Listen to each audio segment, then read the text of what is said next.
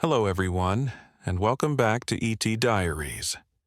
Here on this channel, I share real-life encounters with beings from beyond the skies to help you unwind and drift off to sleep. Before we dive in, I'd love to hear from you. Drop a comment and let me know where you're tuning in from. Now, find a comfortable spot, relax, and let's begin. I was working the late shift at a small manufacturing plant just outside the city. It wasn't glamorous work, but it paid well, and the overnight hours suited me fine. Most nights were quiet, just me and the hum of machinery keeping me company. But this particular night something happened that I still can't fully explain. It started around 2:30 in the morning. I was doing my routine walkthrough of the facility, checking gauges and making sure everything was running smoothly, when I noticed something odd through one of the high windows. There was a light hovering just above the tree line beyond the parking lot. At first, I thought it might be a helicopter or maybe a drone, but it wasn't moving like either of those things. It just hung there, perfectly still. No blinking lights, no sound, just a steady pale glow. I stopped what I was doing and watched it for several minutes. The light seemed to pulse gently, like it was breathing. It wasn't bright enough to hurt your eyes, but it was definitely there, casting a faint illumination on the clouds above. Curiosity got the better of me, so I made my way to the loading dock where I could get a better view. Stepping outside into the cool night air, I could see the object more clearly. It was larger than I'd initially thought, maybe the size of a small car, and perfectly round. The surface appeared smooth, almost mirror-like, reflecting the moonlight in strange ways that didn't quite make sense. What struck me most was the complete silence. No engine noise, no whoosh of air, nothing at all. As I stood there watching, the object began to move, not quickly, but with a deliberate grace that seemed to defy physics. It glided sideways along the tree line, maintaining the same height and orientation. The movement was so smooth, it looked like it was sliding on invisible tracks. Then, without warning, it stopped directly above the employee parking lot. That's when things got really strange. The air around me started to feel different, thicker somehow, like the pressure had changed. My ears popped, and I felt this odd tingling sensation across my skin, like static electricity building up before a storm. The hair on my arms stood on end, and I had an overwhelming urge to go back inside, but I couldn't look away. The object was doing something. I could see what looked like a beam of light extending downward from its center, not harsh or blinding, but more like a column of soft white mist. It touched down right between two parked cars, and I swear I could see the asphalt shimmering where it made contact. I fumbled for my phone, thinking I needed to record this, but when I pulled it out, the screen was completely black. It wouldn't turn on, no matter what buttons I pressed, even though I was certain the battery had been nearly full when my shift started. I tried several times, but the device was completely unresponsive. The beam of light retracted back into the object, and then something incredible happened. The craft began to change shape. What had been a perfect sphere started stretching and morphing like liquid metal flowing into new configurations. It elongated into an oval, then flattened into a disc, then returned to its original spherical form. The whole transformation took maybe 30 seconds and happened so smoothly it was almost hypnotic. By now, my hands were shaking and my heart was pounding. I'd never seen anything like this in my life. Part of me wanted to run back inside and hide, but another part was absolutely fascinated. I felt like I was witnessing something that would change everything if people only knew about it. The object hovered for a few more minutes, seemingly scanning the area, then it began to rise straight up into the sky. It moved faster as it gained altitude until it was just a pinpoint of light among the stars. And then it was gone, vanished completely, as if it had never been there at all. The moment it disappeared, the normal sounds of the night returned. Crickets chirping, the distant hum of traffic on the highway, the gentle buzz of the facility's electrical systems. It was like someone had turned the volume back up on the world. My phone suddenly came to life in my hand, showing the correct time and a full battery. As if nothing had happened, I stood there for another 20 minutes, scanning the sky and replaying what I'd just witnessed in my mind, but there was no sign of the object or anything else unusual. Eventually, I went back inside to finish my rounds, but I couldn't concentrate on anything. The memory of what I'd seen kept playing over and over. When my replacement arrived at 6 a.m., I almost told him what had happened, but something held me back. How do you explain something like that without sounding completely insane? Instead, I just gave him the usual update about equipment status and headed home. But I couldn't sleep that day. Every time I closed my eyes, I saw that smooth metallic shape hovering silently above the trees. I never reported what I saw, and I never talked about it with my coworkers. What would be the point? No one would believe me, and even if they did, what could anyone do about it?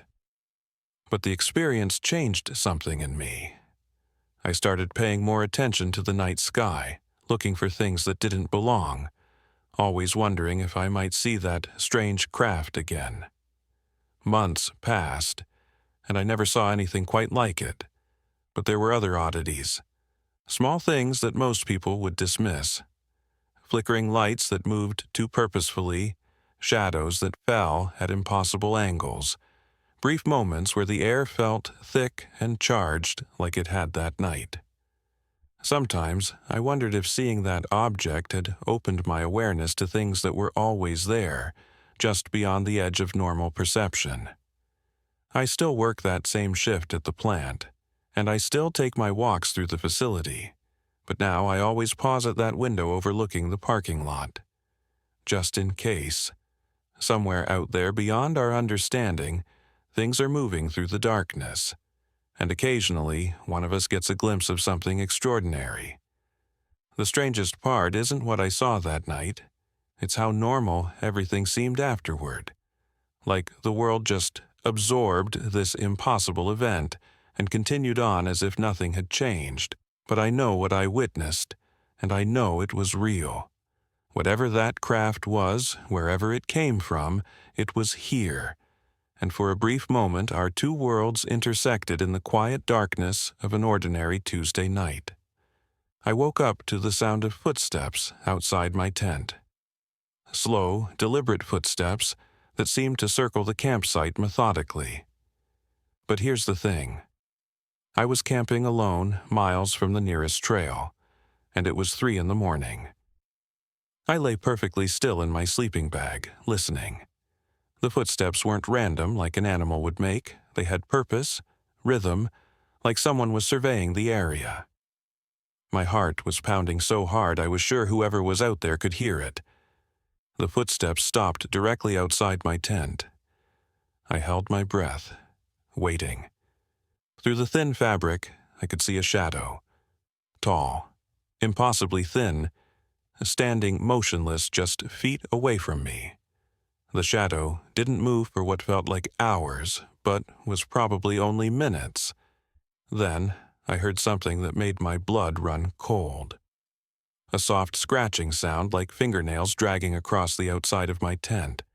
Slow, methodical scratches that started at the bottom and moved upward. I wanted to call out to demand who was there, but my voice caught in my throat. Something deep inside me knew that speaking would be a mistake. The scratching stopped. The shadow moved away. And then, silence. I didn't sleep for the rest of the night. I lay there, clutching my flashlight, waiting for dawn. When the first light finally crept through the trees, I unzipped my tent and stepped outside. There, in the soft dirt around my campsite, were footprints. But they weren't human footprints. They were too long, too narrow, with what looked like claw marks at the tips, and they formed a perfect circle around my tent. I packed up faster than I'd ever packed before and hiked straight back to my car. It wasn't until I was driving home that I realized something else. The scratches on my tent, when I examined them in the daylight, they weren't random. They formed symbols. Strange, angular symbols that seemed to shift when I looked at them directly. I never went back to that campsite, and sometimes late at night when I'm trying to fall asleep, I still hear those footsteps in my mind, slow, deliberate, circling. Whatever was out there that night, it wasn't human, and somehow I don't think it was done with me. Because last week, I found those same symbols scratched into the tree outside my bedroom window. The footsteps have found me again. I wake up around 3:17 in the morning, not because of any alarm or disturbance, but because something feels fundamentally wrong. The air in my bedroom is heavy, almost thick, like the atmosphere before a thunderstorm. I lie there for a moment, staring at the ceiling, trying to shake off the unease that's settled deep in my chest. That's when I notice the silence. Not the usual quiet of night, but an oppressive, unnatural stillness. No crickets, no distant traffic, no hum from the refrigerator downstairs. It's as if the world has been placed under a glass dome, muffling every sound that should exist at this hour. I sit up slowly, my eyes adjusting to the darkness, and that's when I see it through my bedroom window. A soft, pulsing glow emanating from somewhere beyond the tree line behind our house. It's not bright enough to illuminate anything clearly, but it's definitely there, rhythmic and deliberate, like a massive heartbeat made of light. My first thought is that it might be emergency vehicles, maybe a fire or accident on the highway that runs parallel to our property. But the light isn't the harsh red and blue of police cars or the orange flicker of flames. This is different. It's a pale, almost silvery white that seems to breathe with its own life. I slide out of bed, my bare feet touching the cold hardwood floor, and move closer to the window. The pulsing continues, steady and hypnotic. One flash, then darkness for exactly 3 seconds, then another flash. I count the intervals, trying to find some pattern or explanation that makes sense. As I watch, the light begins to change. What started as a single source now appears to be multiple points of illumination, arranged in a perfect geometric pattern. From my vantage point, it looks like a triangle, with each corner marked by one of these pulsing lights. They're synchronized, all flashing in unison, creating this strange, ethereal display that shouldn't exist in the woods behind my suburban home. I grab my phone from the nightstand, thinking I'll record this phenomenon or maybe call someone, but the screen remains black no matter how many times I press the power button. The device feels cold in my hands, colder than it should be and completely unresponsive. Even stranger, when I glance at the digital clock beside my bed, the display is blank. The logical part of my mind searches for explanations. Maybe it's some kind of military exercise, or perhaps a movie crew filming night scenes. But we live in a quiet residential area, and I would have heard about any planned activities. Besides, the lights don't behave like anything man-made I've ever seen. They don't waver or dim, don't cast shadows on the surrounding trees, and seem to exist independently of any visible source. I consider waking my wife, but something holds me back. This feels like something I meant to witness alone, though I can't explain why I have that impression. Instead, I continue watching from my window, mesmerized by the perfect timing of the pulses and the way they seem to be communicating something I don't understand. After what feels like hours but could have been minutes, the lights begin to move, not quickly or erratically, but with the slow, deliberate motion of something following a predetermined path. The triangular formation maintains its shape as it drifts across my field of vision, moving from left to right through the trees. I press my face against the glass, trying to keep sight of it, but the angle becomes impossible. Without thinking, I grab a robe and slip downstairs, moving as quietly as possible through the dark house. The back door seems to open of its own accord, though I know I turned the handle. The night air hits my skin with an unexpected warmth, despite the season suggesting it should be much cooler. I step onto the deck and look up, scanning the sky for any sign of what I just witnessed. Above me, the stars seem brighter than usual, more defined, as if someone has adjusted the contrast of the night sky. But there's no sign of the triangular lights. Then I hear it. A low, almost subsonic hum that I feel more than hear. It vibrates through my chest cavity, making my heart skip slightly off rhythm. The sound seems to come from everywhere at once, not localized to any particular direction. It's not unpleasant exactly, but it's definitely not natural. The humming continues for perhaps 30 seconds before fading away, leaving behind that same oppressive silence I noticed in my bedroom. But now, standing outside in the open air, the silence feels even more profound.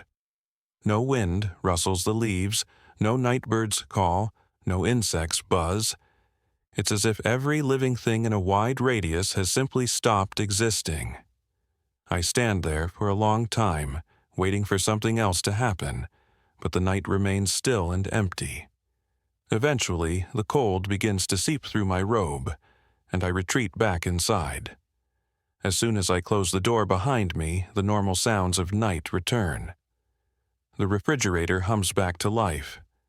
I can hear the distant whisper of traffic on the highway, and my phone suddenly chimes with several delayed notifications.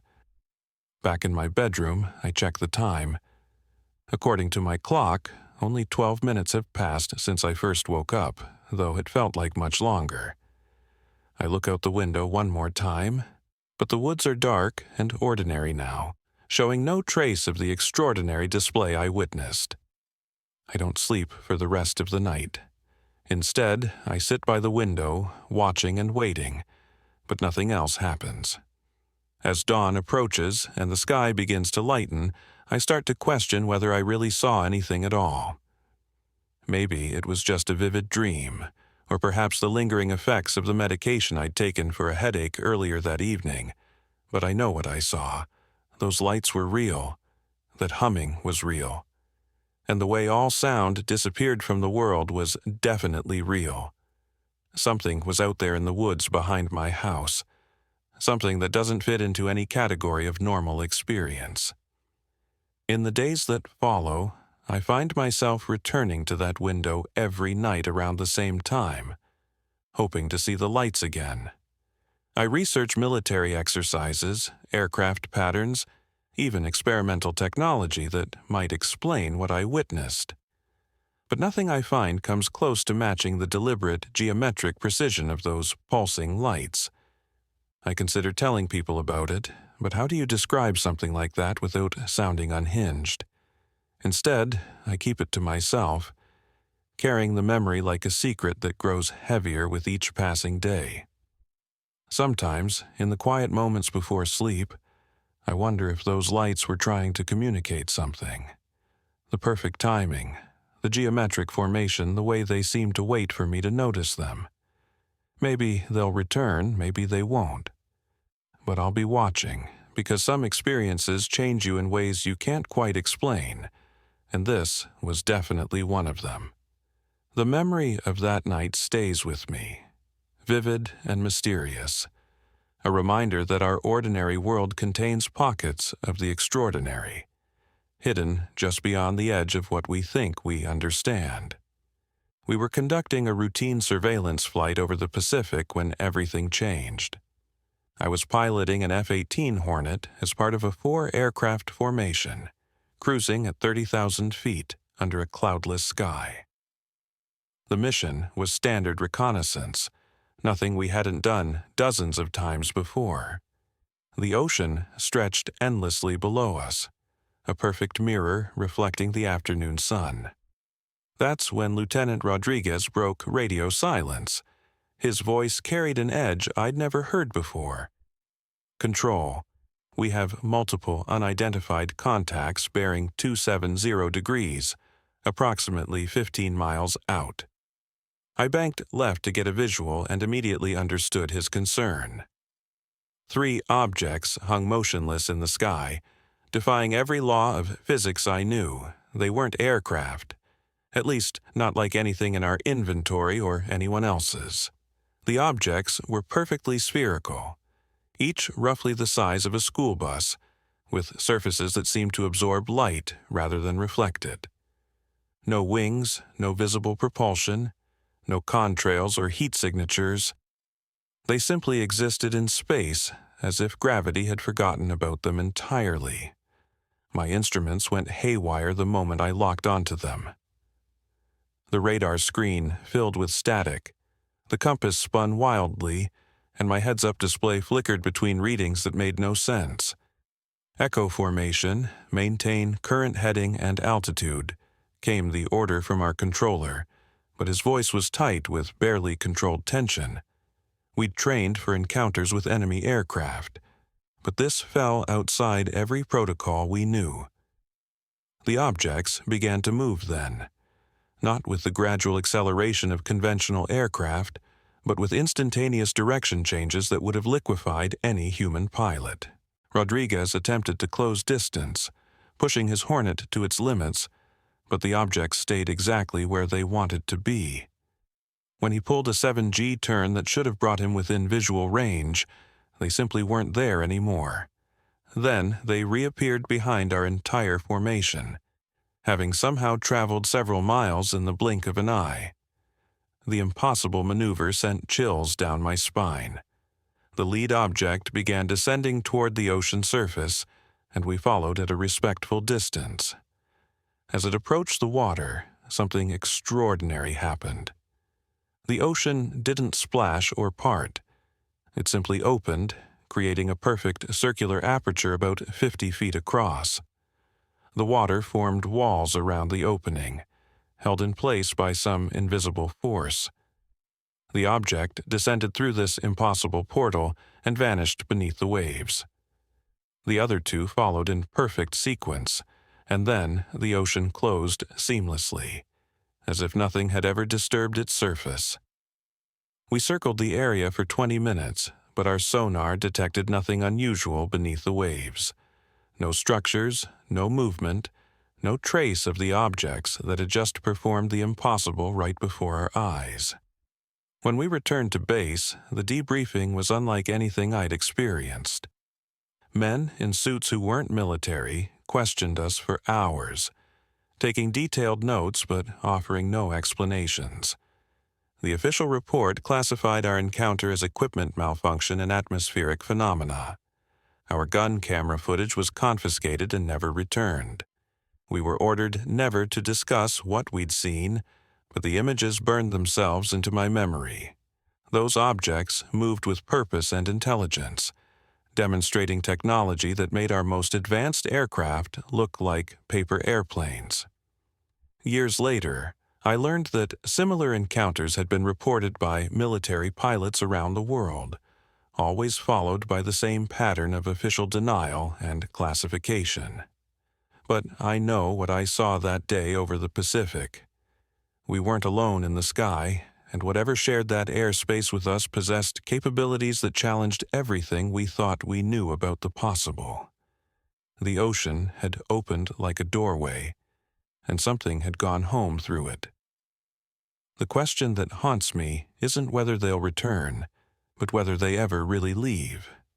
Sometimes, during quiet moments in flight, I find myself scanning the horizon, wondering if those perfect spheres are out there watching, waiting, moving through dimensions we can't even perceive. That day changed how I see the world. The sky isn't empty space between Earth and stars anymore. It's an ocean of possibilities, and we're just beginning to understand how deep those waters really go. What we witnessed wasn't an invasion or a threat, but a glimpse into a reality far more complex and wonderful than we'd dared imagine. And that realization is both terrifying and beautiful in ways that still take my breath away.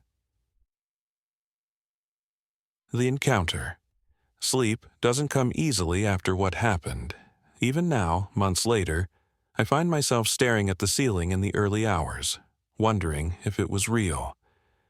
The mind has a way of protecting itself, of filing away experiences that don't fit into our understanding of the world. But some things refuse to stay buried. I was driving home from a late shift at the hospital. It was just past 2 in the morning, and the highway stretched empty before me like a black ribbon. The radio played softly, some talk show host discussing conspiracy theories with callers who spoke in hushed, urgent tones. I wasn't really listening. After 12 hours on my feet, all I wanted was my bed. That's when I saw the lights. At first, I thought it was another car in the distance. 3 points of light arranged in a perfect triangle, moving slowly across the sky about a mile ahead. But as I got closer, something felt wrong. The lights weren't blinking like aircraft lights should. They held their formation too perfectly, too deliberately. I slowed down, pulling over to the shoulder. The lights had stopped moving. They hovered maybe 300 feet above the tree line, completely silent. No engine noise, no rotor wash, nothing. Just those 3 steady points of light forming a triangle against the star-filled sky. My phone was on the passenger seat. I reached for it, thinking I should record this, but when I looked at the screen, it was dead. The battery had been at 60% when I left work. I tried the power button. Nothing. When I looked back up, the triangle had moved. It was closer now, maybe 200 feet away and descending. The lights weren't harsh or blinding. They gave off a soft, almost warm glow that seemed to pulse in rhythm with my heartbeat. Or maybe my heart was matching their rhythm. I couldn't tell. I should have driven away. Every instinct screamed at me to start the engine and get out of there, but I couldn't move. It wasn't paralysis exactly, more like a deep fascination that overrode my fear. The triangle continued its slow descent until it was just above the trees. That's when I saw the rest of it. The lights weren't separate objects. They were part of something larger, a dark mass that was almost invisible against the night sky. It was huge, easily the size of a football field, and completely silent. The surface seemed to absorb light rather than reflect it, making it hard to focus on. My eyes kept wanting to slide away from it. The craft settled into the clearing just beyond the trees. I could see it clearly now, though my brain struggled to process what I was looking at. It wasn't like the flying saucers in movies. This was organic somehow, with curves that flowed into each other in ways that hurt to think about. The lights pulsed brighter for a moment, and then a section of the hull simply opened. Not like a door or hatch, but like the material itself was liquid, flowing apart to create an entrance. Something emerged.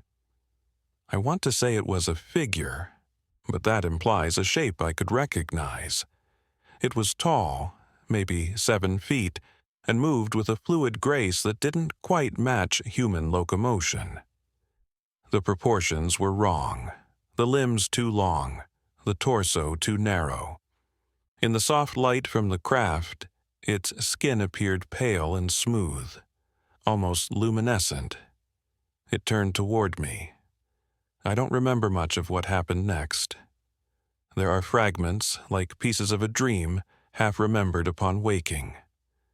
I recall standing beside my car, though I don't remember getting out. The figure was closer, maybe 20 feet away. Its face was indistinct, features that seemed to shift when I tried to focus on them.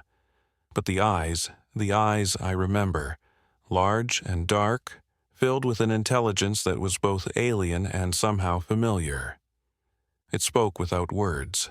The thoughts appeared in my mind fully formed, accompanied by images and emotions I had no context for. It was asking permission, I think, or maybe explaining. The concepts were too complex, too foreign for my brain to properly translate. I felt no fear in that moment. There was curiosity, yes, and a profound sense of being in the presence of something vastly more advanced than myself, but also a strange comfort, like being recognized by a parent after a long absence. The next thing I remember clearly is waking up in my car. The engine was running, and I was parked in my driveway. My phone showed dozens of missed calls from the hospital. According to the timestamp, I'd been gone for 14 hours. I called in sick and spent the day trying to piece together what had happened. My clothes were clean, no signs of dirt or damage. I felt fine, better than fine, actually. The chronic back pain that had plagued me for years was gone.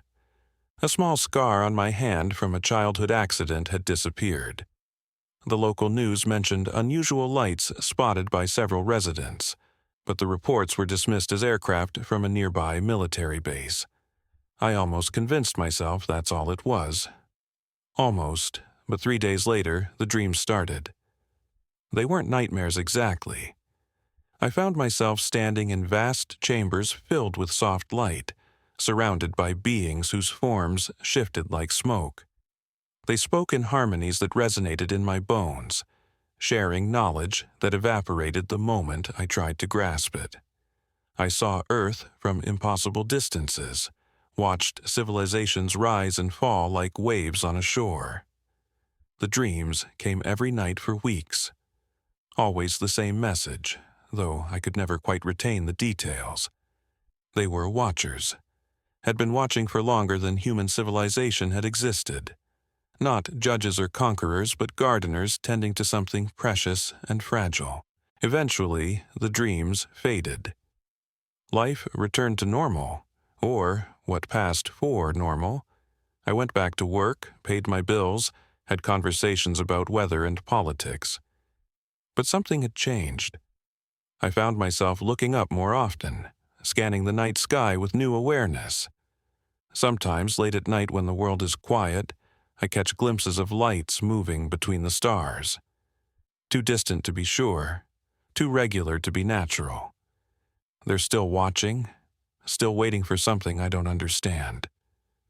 I've never told anyone this story before. Who would believe it? But lying here in the darkness, I feel compelled to share it.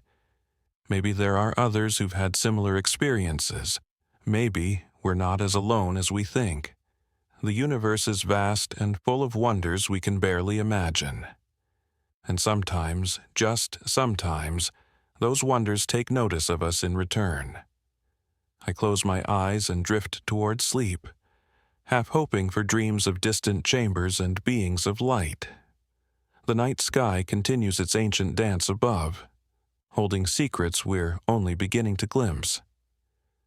I had been working as a radio technician for the local emergency services for about 15 years when this happened.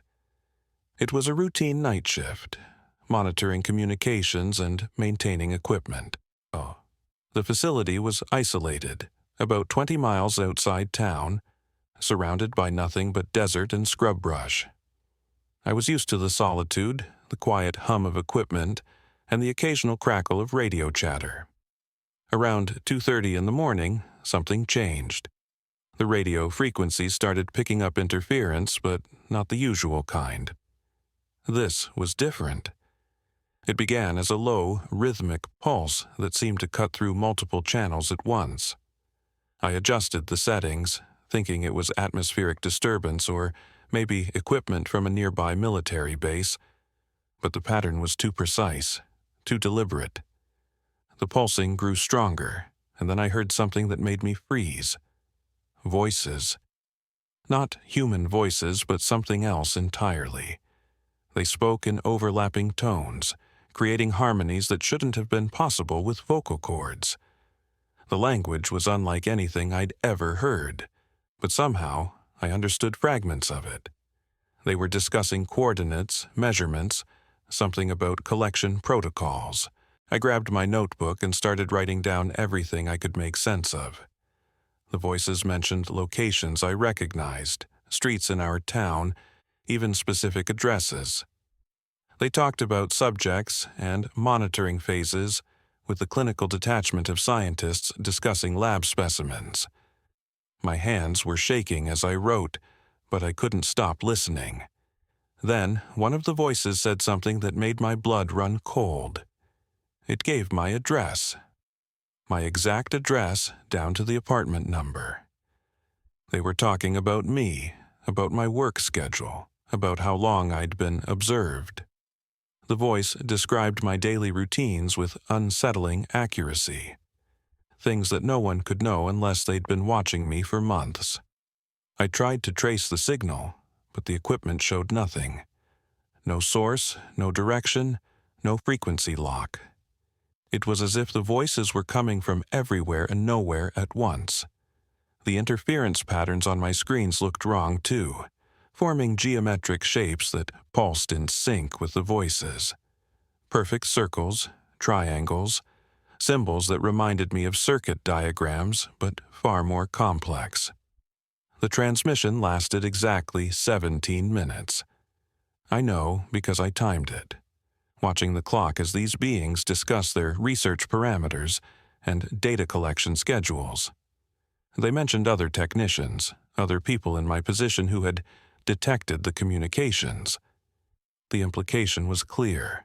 I wasn't the first to overhear this, and I wouldn't be the last. When the voices stopped, the silence was deafening. All the normal background noise of the equipment seemed muted, as if the world had been wrapped in cotton. I sat there for hours, staring at my notes, trying to convince myself I'd imagined it all. But the notebook was full of my handwriting, detailed descriptions of things I couldn't have made up. The next night, I came in early and set up recording equipment. I wanted proof, something I could analyze or show to someone else. But when 2:30 came around, nothing happened. Just normal radio traffic and the usual atmospheric static. I tried for weeks, staying alert during those exact 17 minutes, but the voices never returned. I started researching other radio operators, reaching out through amateur radio networks and online forums. Carefully, without revealing too much, I asked if anyone had experienced unusual transmissions or unexplained interference. The responses I got were troubling. At least a dozen operators from different parts of the country described similar experiences. Voices speaking in unknown languages, discussions of coordinates and subjects, always lasting exactly 17 minutes. One operator from Nevada sent me a private message. He'd been monitoring frequencies for over 20 years and had heard the transmissions multiple times. According to him, they followed a pattern, appearing at different locations on a rotating schedule. He'd mapped out the timing and estimated that any given area might receive the transmissions once every few months. But he warned me about something else.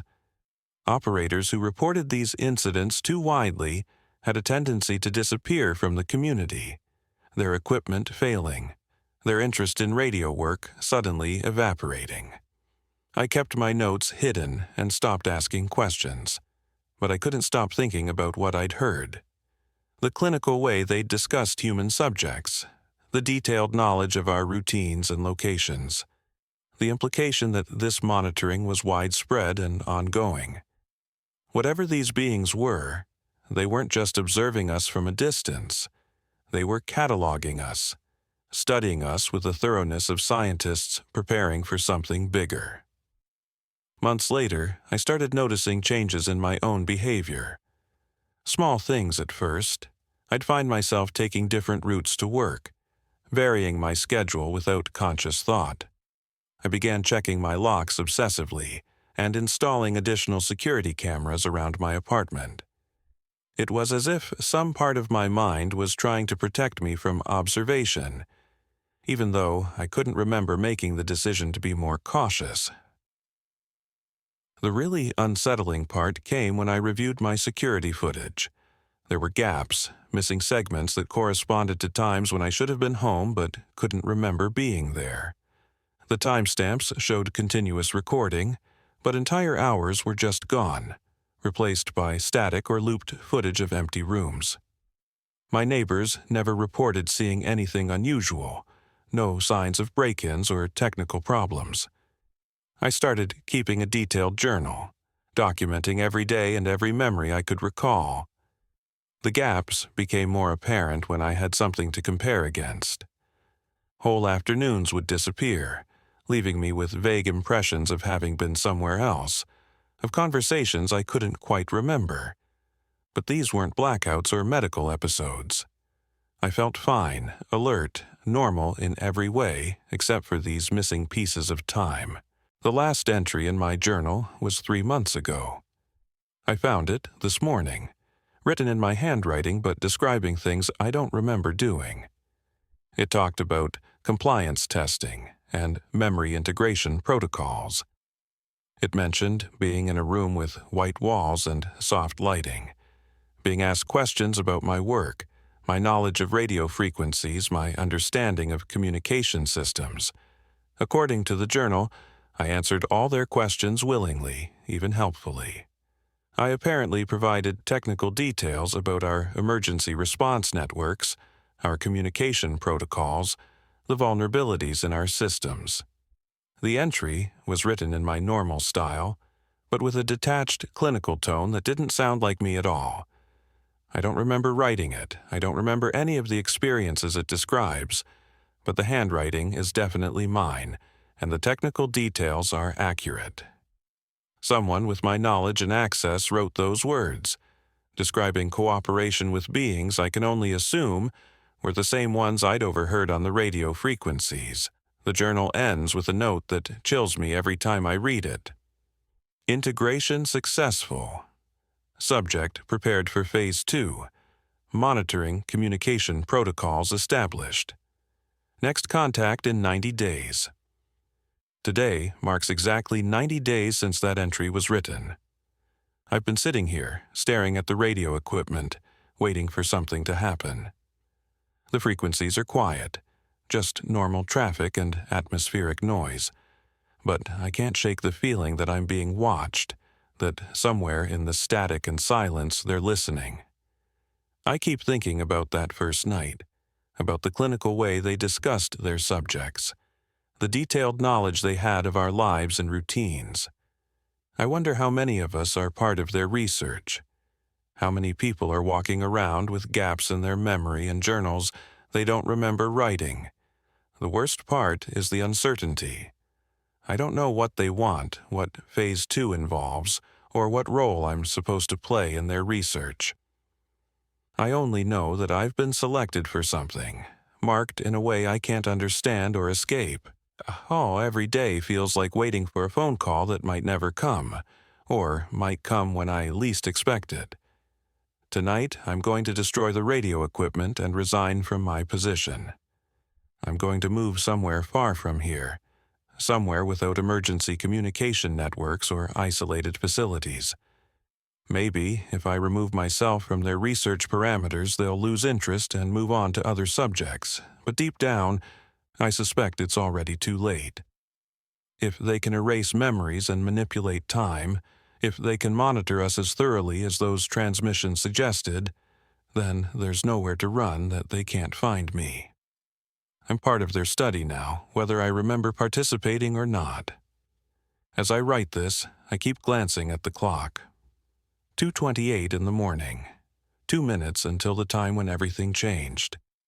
I've turned off all the radio equipment, pulled the power cables, even removed the batteries from my portable devices. But I can still feel it building, that same pressure in the air that preceded the voices that first night. The silence is different now, heavier. It feels like the pause before a symphony begins, when the entire orchestra is poised and waiting for the conductor's signal. I'm a part of that orchestra now, whether I want to be or not, and in 2 minutes, I have the feeling I'm going to learn what song they want me to play. I was driving late one night, heading home from a long day at work, when I first noticed something wrong with the radio. The usual stations were there, but underneath the familiar voices and music, I could hear something else. Whispers? Faint at first, like static bleeding through from another frequency, but as I turned up the volume, they became clearer. The voices weren't speaking English. They weren't speaking any language I recognized, but somehow I understood them. They were talking about coordinates, about observation points, about something they called the harvest. My hands tightened on the steering wheel as I realized they were discussing locations I knew, my neighborhood, my street, my house. I pulled over and sat in my car, engine running, listening to these impossible voices describe my daily routine with perfect accuracy. They knew when I left for work, when I came home, even what I had for dinner the night before. The whispers grew more urgent, more excited, as if they knew I was listening. Then, suddenly, silence. The radio went dead. No static, no music, nothing.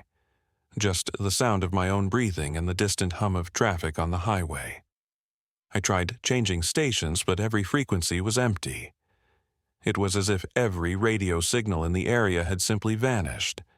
That's when I looked up and saw the lights. 3 of them, arranged in a perfect triangle, hovering silently above the tree line. They pulsed once, twice, then disappeared into the night sky. The radio crackled back to life, playing a cheerful pop song as if nothing had happened. I drove home in silence, my mind racing. The next morning, I told myself it had been my imagination, fatigue from a long day. But deep down, I knew what I had heard. They were watching us. They had been for a long time. And now, they knew that I knew. The whispers haven't returned, but sometimes, late at night when I'm driving alone, I catch myself listening for them. Part of me hopes they'll come back. Part of me is terrified that they will, because if they were telling the truth about everything else, then the harvest they spoke of is coming, and we're running out of time to prepare. The first time it happened, I thought I was losing my mind. I was driving home from my night shift at the factory, same route I'd taken for 3 years, when the radio started cutting out. Not the usual static you get on old AM stations, but something else entirely. The voices that came through weren't speaking any language I recognized, yet somehow I understood them perfectly. They were talking about coordinates, about specimens, about me. I pulled over on the shoulder of Highway 9, hands shaking as I reached for the radio dial. The voices stopped immediately, replaced by dead silence. No static, no hum, just emptiness. When I looked up from the dashboard, the world outside had changed. The familiar stretch of farmland was gone. In its place stood towering structures that seemed to bend light around them, and floating above the ground were dozens of metallic spheres, each one pulsing with a soft blue glow. They moved with purpose, scanning the earth below with beams of light that revealed patterns in the soil I'd never noticed before. I sat frozen in my truck, watching as one of the spheres approached my windshield. It hovered there for what felt like hours, though my dashboard clock showed only minutes had passed. Through the translucent surface I could see movement inside, shadows that weren't quite human, but weren't entirely alien either. The pressure in my head started then, like someone pressing against my thoughts. Images flooded my mind that weren't my own. Cities floating in space, beings of pure energy moving between dimensions, and Earth, seen from impossible distances, marked with symbols that pulsed like a heartbeat. When the sphere finally moved away, the landscape snapped back to normal. Cornfields stretched to the horizon. The radio crackled back to life with a late-night talk show. But the taste of copper lingered in my mouth, and I knew with absolute certainty that I had been chosen for something I didn't understand. The encounters didn't stop there. They never do once they've found you. Sarah first noticed them during her morning jog through Riverside Park. The joggers who weren't quite right. They moved with the same rhythm she did, matching her pace exactly, but their feet never quite touched the ground. Their faces were pleasant enough, unremarkable in every way except for their eyes, which reflected light like mirrors. At first, she convinced herself it was just early morning fog playing tricks on her vision. But day after day, they were there. Always the same three figures, always maintaining the same distance, always watching with those reflective eyes that seemed to see straight through her. She tried changing her route, running at different times, even skipping days entirely. It didn't matter. They found her wherever she went, these silent runners who cast no shadows and left no footprints on the dew-covered paths. The morning she finally worked up the courage to approach them. They stopped running and turned to face her in perfect unison. Their mouths moved, but no sound came out. Instead, she heard their voices inside her head, speaking in harmonies that no human throat could produce. "We have been waiting for you to acknowledge us," they said without saying. "The observation period is complete. The integration phase begins now." Sarah tried to run, but her legs wouldn't obey. The world around her began to shift and blur, the familiar park transforming into something vast and sterile. The last thing she remembered was the feeling of floating, of being gently lifted away from everything she'd ever known. When she woke up, she was back on the jogging path, lying on a bench as early morning commuters walked past. Her watch showed the correct time. Her phone had full battery. Everything was exactly as it should be, except for the small mark behind her left ear that hadn't been there before. Now, weeks later, Sarah still goes jogging. But she's not alone anymore. There's something else sharing space behind her eyes, something that watches the world through her vision and learns from her memories. She can feel it stirring when she's tired, pressing gently against her consciousness like a passenger asking for directions. Sometimes, late at night, she catches herself drawing symbols she doesn't recognize. Complex, geometric patterns that seem to move when she's not looking directly at them. The thing inside her head whispers that these are coordinates, maps to places that exist between the spaces humans can perceive. She's not scared anymore. Fear requires uncertainty, and the presence in her mind has shown her exactly what's coming. The others are arriving soon, and when they do, humanity will finally understand its place in the larger design. The farmhouse had been in Tom's family for 4 generations, passed down through bloodlines that knew every inch of the surrounding land, which is why he immediately noticed when the new field appeared overnight. It wasn't large, maybe an acre in size, perfectly circular and filled with crops he'd never seen before. Plants that grew in spirals, their leaves shifting color as the sun moved across the sky. The soil around them was darker than the rest of his land, almost black, and nothing else would grow within 50 feet of the boundary. His first instinct was to call the county extension office, maybe the agriculture department. Someone had to be playing an elaborate prank, though he couldn't imagine how they'd managed to plant a full field without him noticing. But when he walked to the edge of the circle, his phone lost signal entirely. The plants seemed to respond to his presence, turning their spiral heads to track his movement.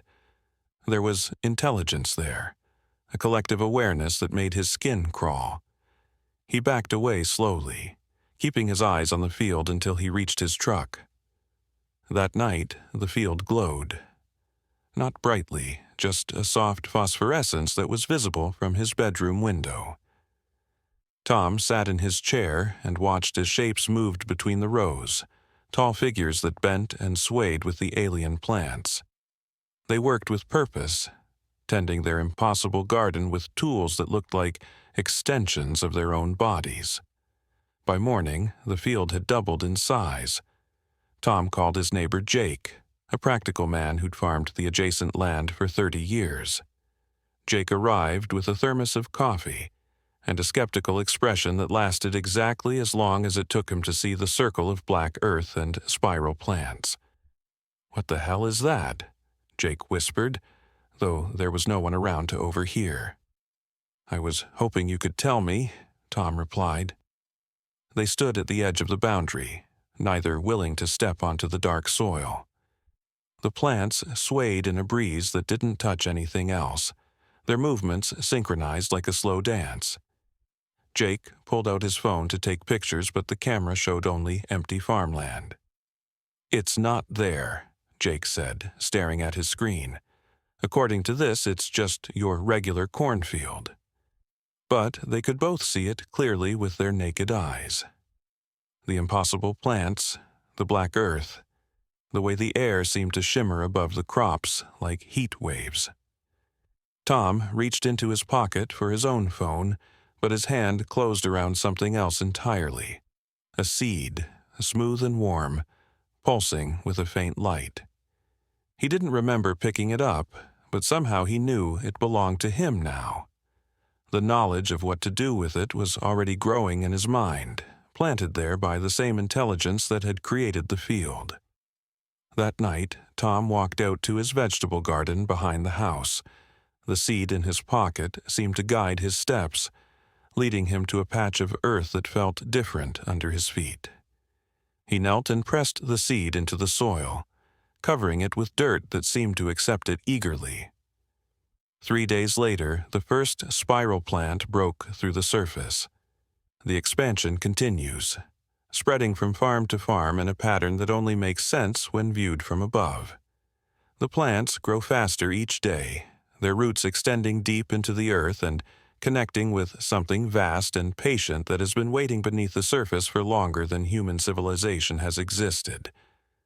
Tom doesn't fight it anymore.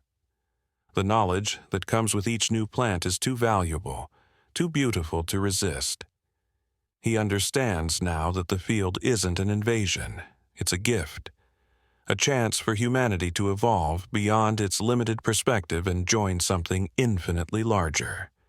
Soon, the entire county will be transformed, then the state, then the world. And when the final harvest comes, when the true purpose of the garden is revealed, those who tended it faithfully will be ready for the journey ahead. The spiral plants continue to grow, reaching toward a sky that holds secrets humanity is only beginning to glimpse. And in farmhouses across the heartland, people sleep peacefully, dreaming of gardens that exist in dimensions beyond our own, where the distinction between plant and consciousness has long since disappeared. The universe is vast and patient, and it has been waiting for us to be ready. The time for preparation is almost over. The time for transformation has begun. The harvest. Sleep comes easier when the mind has something to rest on, something that occupies those restless hours between midnight and dawn. Tonight, we continue our journey through the hidden corners of our world, where ordinary lives intersect with the extraordinary. Let your breathing slow, your thoughts drift, as we explore another encounter that reminds us how thin the veil truly is between what we know and what remains just beyond our understanding. Marcus had been working as a crop inspector for nearly 15 years. His job took him to farms across 3 counties, checking soil samples, monitoring plant health, and ensuring compliance with agricultural regulations. It was steady work, predictable work, the kind that let him drive the back roads in peace while listening to talk radio and thinking about weekend fishing plans. The Morrison farm sat at the edge of his regular route, a sprawling operation that grew everything from corn to soybeans across several hundred acres. Marcus had been there dozens of times over the years, and Tom Morrison always greeted him with coffee and conversation about weather patterns and crop yields. It was one of those places where business felt more like visiting an old friend. But when Marcus pulled up to the farmhouse that Tuesday morning in late August, something felt different. Tom's truck was in the driveway. The porch light was on, but no one came out to greet him. The usual sounds of farm life, the distant hum of machinery and the calls of livestock, were notably absent. Even the air seemed stiller than it should have been for a working farm. Marcus knocked on the front door and waited. When no one answered, he walked around to the equipment barn where Tom usually spent his mornings, The massive sliding doors were open, but the space was empty except for shadows and the lingering smell of diesel fuel. His footsteps echoed strangely in the cavernous space, as if the sound was being absorbed by something he couldn't see. Following protocol, Marcos began his inspection routine anyway. He'd collect his samples, take his measurements, and catch up with Tom later. The first field he checked was the 40-acre corn plot on the north side of the property. As he approached the edge of the field, he noticed something that made him stop in his tracks. The corn was arranged in perfect circles. Not crop circles, not the flattened patterns that made headlines and drew conspiracy theorists. These were standing stalks, but they were organized in concentric rings with mathematical precision. Each circle was roughly 30 feet in diameter, and there were dozens of them scattered across the field like some enormous living geometry. Marcus had never seen anything like it. Corn didn't grow in circles naturally. It was planted in rows, straight lines that made harvesting efficient and predictable.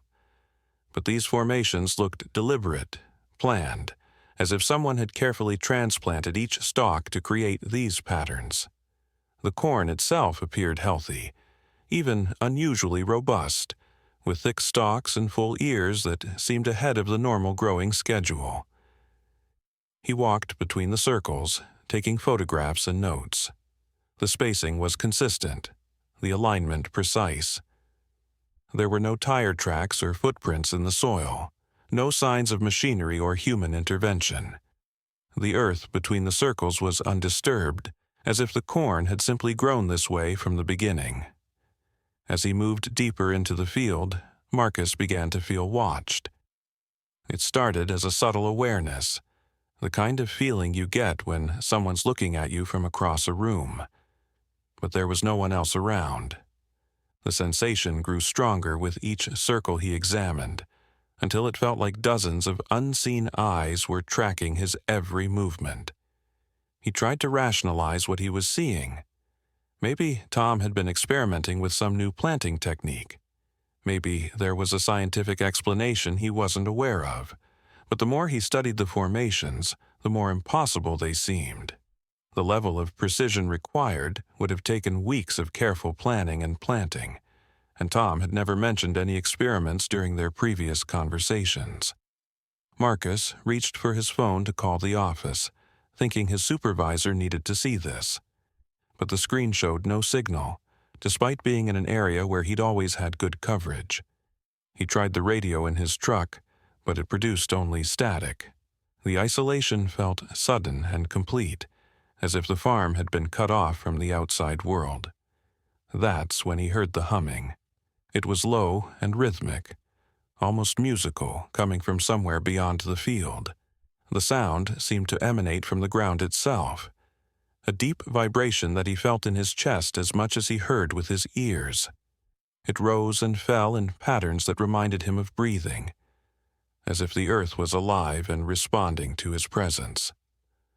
Marcus followed the sound toward the back of the property, where the cultivated fields gave way to a line of old oak trees.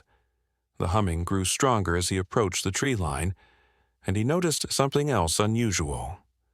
The grass beneath the oaks was a different color, not the yellowed brown of late summer, but a vibrant green that seemed almost luminescent in the filtered sunlight. Among the trees, he found Tom. The farmer was sitting with his back against the largest oak, his eyes closed and his face turned toward the sky.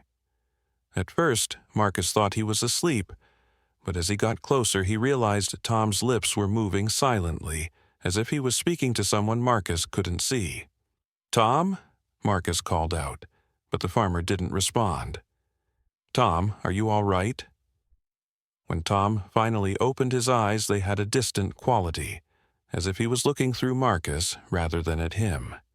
His voice, when he spoke, was calm but strangely disconnected. "They're teaching us," Tom said quietly. "The patterns, the growth cycles. Everything we thought we knew about farming, about the earth, it's just the beginning." Marcus knelt beside his friend, concerned by his demeanor. "Who's teaching you, Tom? What patterns?" Tom smiled, but it was an expression Marcus had never seen on the farmer's weathered face before.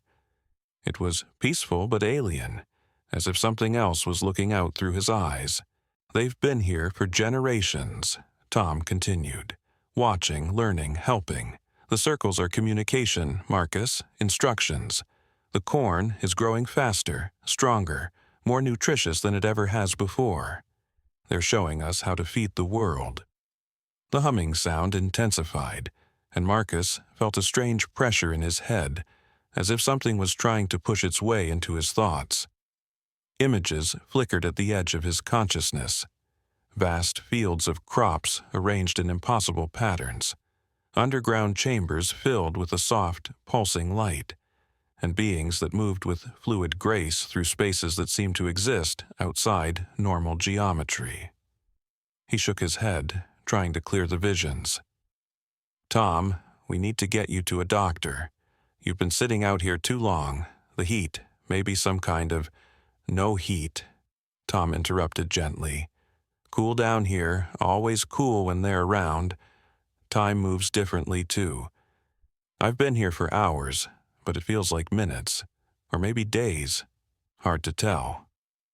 Marcus checked his watch and felt a chill run down his spine. According to the digital display, it was still 9:30 in the morning, the same time he'd arrived at the farm. But the sun was clearly higher in the sky, and he'd been walking the property for what felt like hours. The pressure in his head increased, and suddenly Marcus could hear voices that weren't quite voices, communication that bypassed his ears entirely and spoke directly to his mind. They were patient, ancient, carrying a weight of knowledge that made his human understanding feel like the first tentative steps of a child. The voices spoke of cycles within cycles, of growth and harvest that extended far beyond the simple agriculture he thought he understood. They showed him images of the corn circles from above, and he could see they formed a larger pattern, a design that encompassed the entire farm and connected to similar formations across the region, across the continent, across the world. They were teaching, the voices explained, sharing knowledge that would help humanity survive the changes coming to the planet. Climate shifts, soil depletion, population growth, all challenges that could be met with the right understanding, the right cooperation between species that had been watching and waiting for humans to be ready to learn. Marcus found himself understanding concepts that should have been beyond his comprehension. Soil enrichment techniques that worked at the molecular level. Crop rotation patterns that followed celestial cycles he'd never heard of. Symbiotic relationships between plants and invisible organisms that existed in the spaces between dimensions. The knowledge felt like a gift, but also like a responsibility. He could see how the information could revolutionize agriculture, end hunger, restore damaged ecosystems. But he also sensed the weight of keeping such secrets, the burden of knowing truths that the world might not be ready to accept. As the communication continued, Marcus became aware that Tom wasn't the only farmer who had been contacted.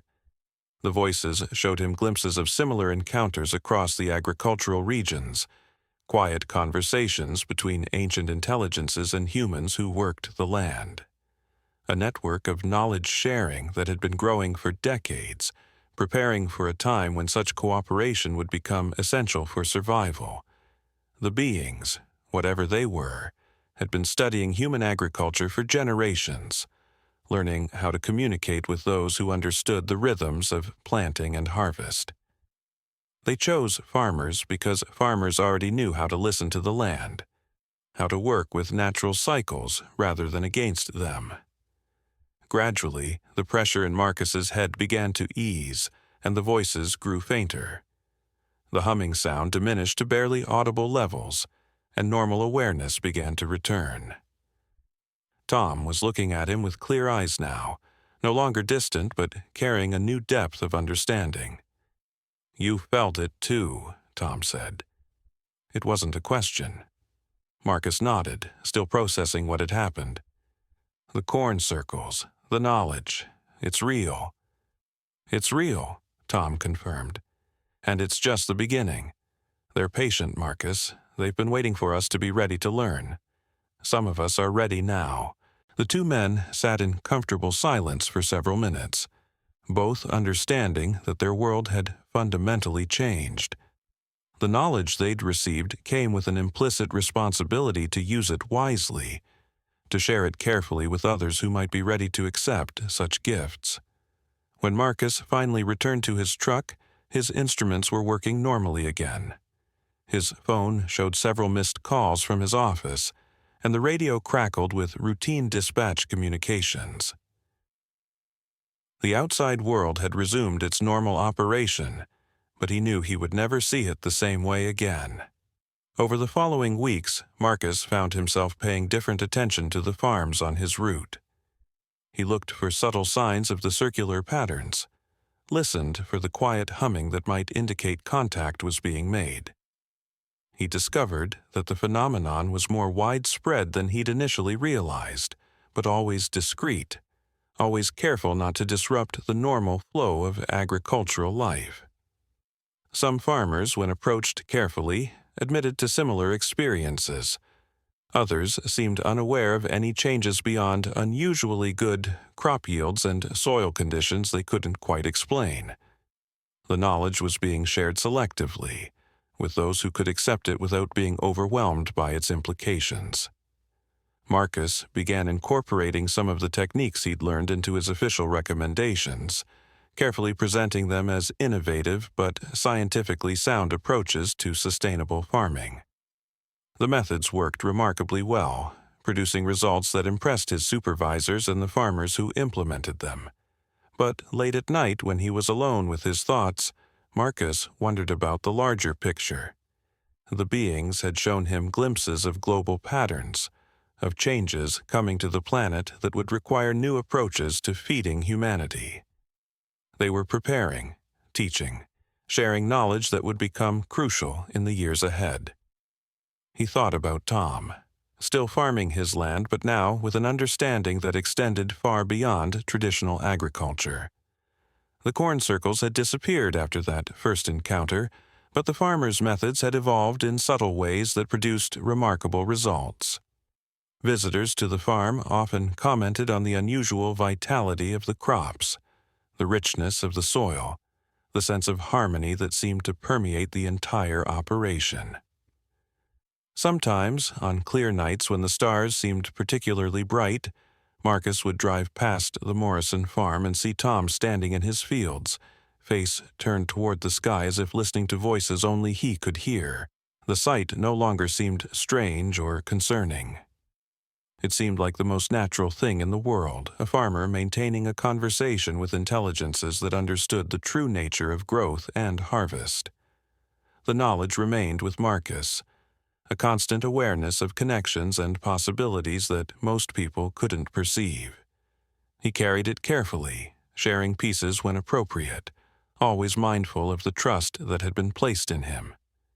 He'd been chosen not just to receive information, but to help bridge the gap between human understanding and wisdom that came from beings whose perspectives spanned centuries. In quiet moments, he still felt the presence of those patient, ancient voices, waiting at the edge of his consciousness. They were always there, ready to continue the conversation when the time was right, when humanity was ready to accept the full scope of what was being offered. The harvest, Marcus understood now, was about much more than crops. It was about consciousness, about readiness, about the careful cultivation of understanding that would allow two very different forms of intelligence to work together for the benefit of both species and the planet they shared. And in the peaceful darkness of sleep, that knowledge settles gently into the mind, a reminder that learning comes in many forms, and that sometimes the most profound lessons arrive not through books or classrooms, but through patient teachers who have been waiting far longer than we can imagine for us to be ready to listen. The night air was heavy with an unnatural stillness, as I pulled into the empty parking lot of Mercy General Hospital. It was just past 2 a.m., and I was covering the graveyard shift in the emergency department, a job I'd held for nearly 8 years without incident. But this night would be different. This night would change everything I thought I knew about the boundaries between our world and whatever lies beyond. I'd always been skeptical of the stories other nurses whispered about during those long, quiet hours before dawn. Tales of strange lights in the sky, equipment malfunctioning in impossible ways, and patients arriving with injuries that defied medical explanation. I chalked it up to sleep deprivation and overactive imaginations. After all, hospitals at night can play tricks on your mind. The endless corridors, the flickering fluorescent lights, the constant hum of machines keeping people tethered to life. But as I walked through those automatic doors that night, something felt wrong. The usual ambient noise of the hospital seemed muffled, as if the building itself was holding its breath. The security guard at the front desk, Marcus, looked up at me with an expression I'd never seen before, part confusion, part fear. "Thank God you're here," he said, his voice barely above a whisper. "We've got a situation in Trauma Bay 3. Patient came in about an hour ago, but—" He paused, searching for words. "You need to see this for yourself." I made my way through the familiar maze of hallways, my footsteps echoing strangely in the unusual quiet. The trauma bay was at the far end of the emergency wing, and as I approached, I could see Dr. Chen standing outside the room, staring through the observation window with an expression of bewilderment I'd never witnessed in my years working with him. "What's the status?" I asked, joining him at the window. He turned to me slowly, as if emerging from a trance. "The patient. We can't identify him. No ID, no records in any database. He was brought in by ambulance, but when I called to follow up, dispatch has no record of sending a unit to the location." I looked through the window into the trauma bay. The patient appeared to be a man in his 30s, lying perfectly still on the gurney. His skin had an unusual pallor, not the gray of illness or injury, but something else entirely. It seemed to have a faint, almost imperceptible luminescence, as if lit from within. "What are his injuries?" I asked. Dr. Chen shook his head slowly. "That's just it. There are no injuries, no trauma, no signs of distress, no obvious medical emergency. His vital signs are, well, they're not exactly normal, but they're stable. His heart rate is significantly slower than human baseline. His body temperature is several degrees below normal, yet he shows no signs of hypothermia." I studied the patient more carefully. Something about his features seemed subtly wrong. Not dramatically different, but off in a way that made my brain struggle to process what I was seeing. His proportions were almost human, but not quite. His fingers appeared slightly longer than they should be, his facial structure just a bit too symmetrical.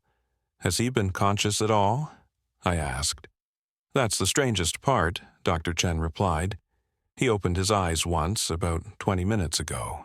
They were—" He paused, struggling with the memory. They were completely black. Not just the pupils, the entire eye. And when he looked at me, I felt like he was seeing right through me, reading my thoughts. A chill ran down my spine, but I maintained my professional composure. "Have you run any tests?" "We tried. The CT scanner malfunctioned the moment we wheeled him near it. The MRI machine started making sounds I've never heard before and shut itself down. Even basic blood work is proving impossible. Our machines can't get a reading on his samples." I continued to observe the patient through the window. As I watched, his eyes suddenly opened, and despite the distance and the glass between us, I felt an immediate and overwhelming sense of being observed. Dr. Chen was right. His eyes were completely black, like looking into deep space. But there was intelligence there, an awareness that seemed ancient and profound. The moment stretched on longer than seemed possible. I found myself unable to look away, as if held by some invisible force. In my mind, I began to hear something that wasn't quite a voice, more like thoughts that weren't my own, concepts and images that seemed to flow directly into my consciousness. I saw flashes of vast distances, of travel between stars, of watching our world from an impossible vantage point. I felt a sense of scientific curiosity, of beings studying us the way we might observe insects under a microscope. But there was no malevolence in it, only a detached clinical interest. Then, as suddenly as it began, the connection broke. The patient's eyes closed, and I staggered backward, gasping as if I'd been holding my breath underwater. "Are you all right?" Dr. Chen asked, steadying me with his hand. I nodded, though I felt anything but all right. "We need to call someone," I said. "Who? What would we even say?" Before I could answer, the lights in the trauma bay began to flicker. Not the random flickering of old fluorescent bulbs, but a rhythmic pulsing that seemed almost like communication. The pattern repeated 3 times, then stopped. "The patient," Dr. Chen whispered. I looked back through the window. The gurney was empty. The restraints were still in place, unbroken and undisturbed, but the patient was simply gone. The monitoring equipment showed flat lines across all readings, as if he had never been there at all. We rushed into the room, searching for any sign of how he could have vanished. The door had been locked from the outside. The window was too small for anyone to climb through, and the ceiling tiles showed no signs of disturbance. It was as if he had simply dematerialized. "Check the security footage," I suggested, my voice shaking slightly.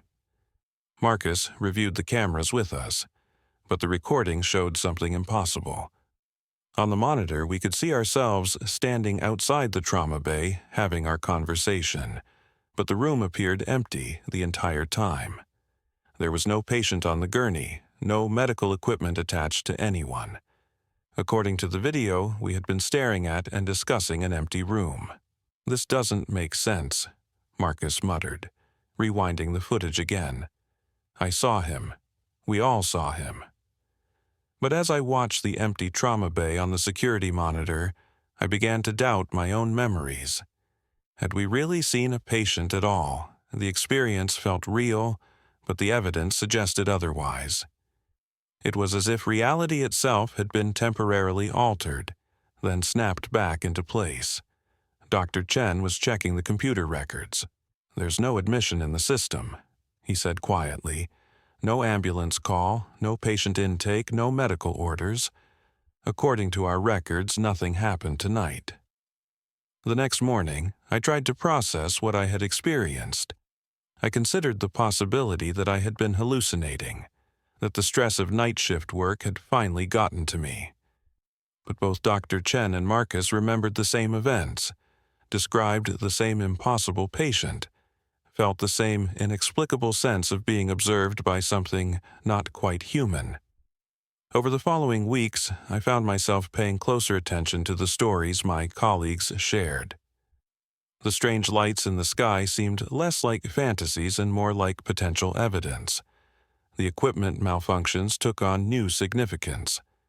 And late at night, during those quiet hours when the hospital felt most isolated from the outside world, I sometimes caught myself watching the empty trauma bay, wondering if our mysterious patient might return. I never reported the incident officially. Who would believe such a story? Instead, I kept detailed notes of everything I remembered, every sensation and image that had been somehow transmitted into my mind during that brief moment of connection. I began researching similar accounts from other medical professionals, finding scattered reports of encounters that seemed to follow similar patterns. The more I learned, the more I realized that what we had experienced that night was not unique.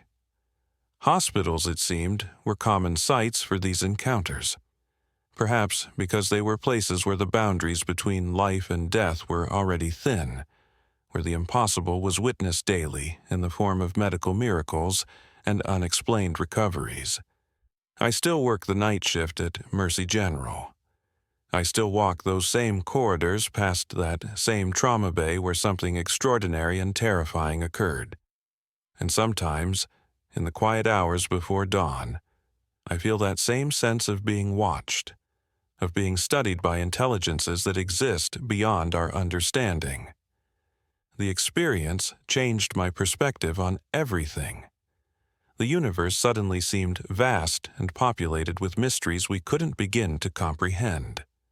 Our planet, our species, our individual lives took on a different significance when viewed from the perspective of beings capable of traveling between stars, of appearing and disappearing at will, of communicating through direct transmission of thoughts and images. I never saw the patient again, but I carry the memory of that encounter with me every day, the weight of knowing that we are not alone, that we are being observed and studied by entities whose motives and capabilities we cannot fathom. It's both humbling and terrifying to realize how small we are in the cosmic scale, how much we don't understand about the nature of reality itself. The hospital continues its routine, saving lives and providing care to those in need. But for those of us who witnessed that impossible night, there's an added layer of awareness, a recognition that the boundaries of what we consider possible are far more fluid than we ever imagined. As I drift off to sleep each morning after my shift, I sometimes wonder what other encounters are happening in hospitals around the world, what other medical professionals are grappling with experiences that challenge everything they thought they knew about the nature of existence. And in those liminal moments between waking and sleeping, I occasionally sense that familiar presence, that feeling of being observed from somewhere beyond the edges of our understanding, reminding me that the universe holds mysteries far greater than anything we might find in our medical textbooks. The facility was supposed to be routine, just another contract job doing maintenance on some government equipment way out in the desert. I was part of a small crew, maybe 6 guys total, brought in to service what they told us were communication arrays. Standard stuff, they said. Replace some components, run diagnostics, file reports. Nothing we hadn't done 100 times before. But from the moment we arrived, something felt wrong about the place. The buildings were too clean, too sterile, like they'd been scrubbed down with military precision. The few personnel we saw didn't make eye contact, didn't engage in the usual small talk you'd expect. They moved with purpose, like they were following very specific protocols about what they could and couldn't do around us. The work itself was strange too. The equipment we were servicing didn't look like any communication gear I'd ever seen. The components were oddly shaped, made from materials I couldn't identify. Some of them hummed with a frequency that made your teeth ache if you got too close. When I asked our government liaison what exactly we were working on, he just said it was classified, and to stick to the technical manuals. It was on the 3rd day that things got really weird. I was working alone in one of the lower-level rooms, replacing what the manual called a resonance modulator, when the light started flickering. Not the usual electrical flicker you might expect in an old building, but a rhythmic pulsing, like the facility itself was breathing. That's when I heard the voice. It wasn't coming from a speaker or radio, it was inside my head, soft and distant, like someone whispering from the next room. At first, I thought I was imagining it, maybe just fatigue from working long hours in that sterile environment. But the voice was persistent, and gradually I began to make out words. "Help us," it said. "Please help us." I stopped working and looked around the room. I was alone, just me and the humming equipment. I called out, thinking maybe someone was playing a prank, but there was no response. Just that voice in my head, getting clearer and more desperate. "We've been here so long," it continued. "They don't understand. They think we're specimens." My hands started shaking as I realized what I was hearing. This wasn't human. The cadence was wrong.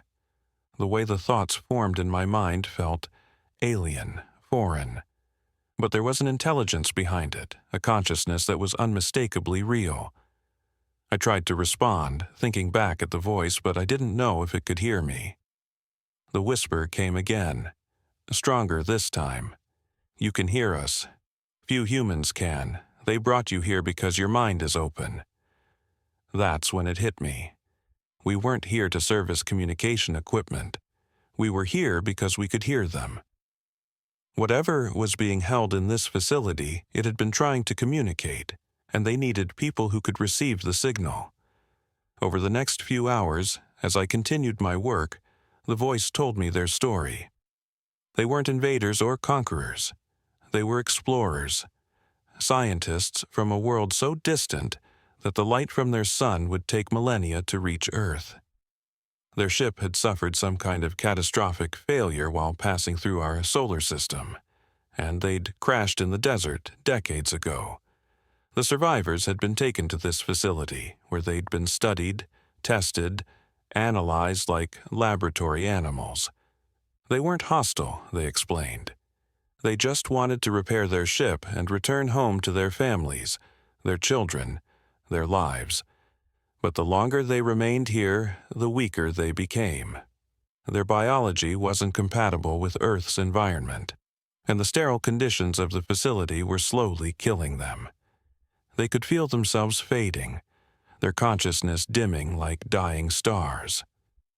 "We tried to contact our people," the voice whispered. "But the equipment here, it's built from pieces of our ship.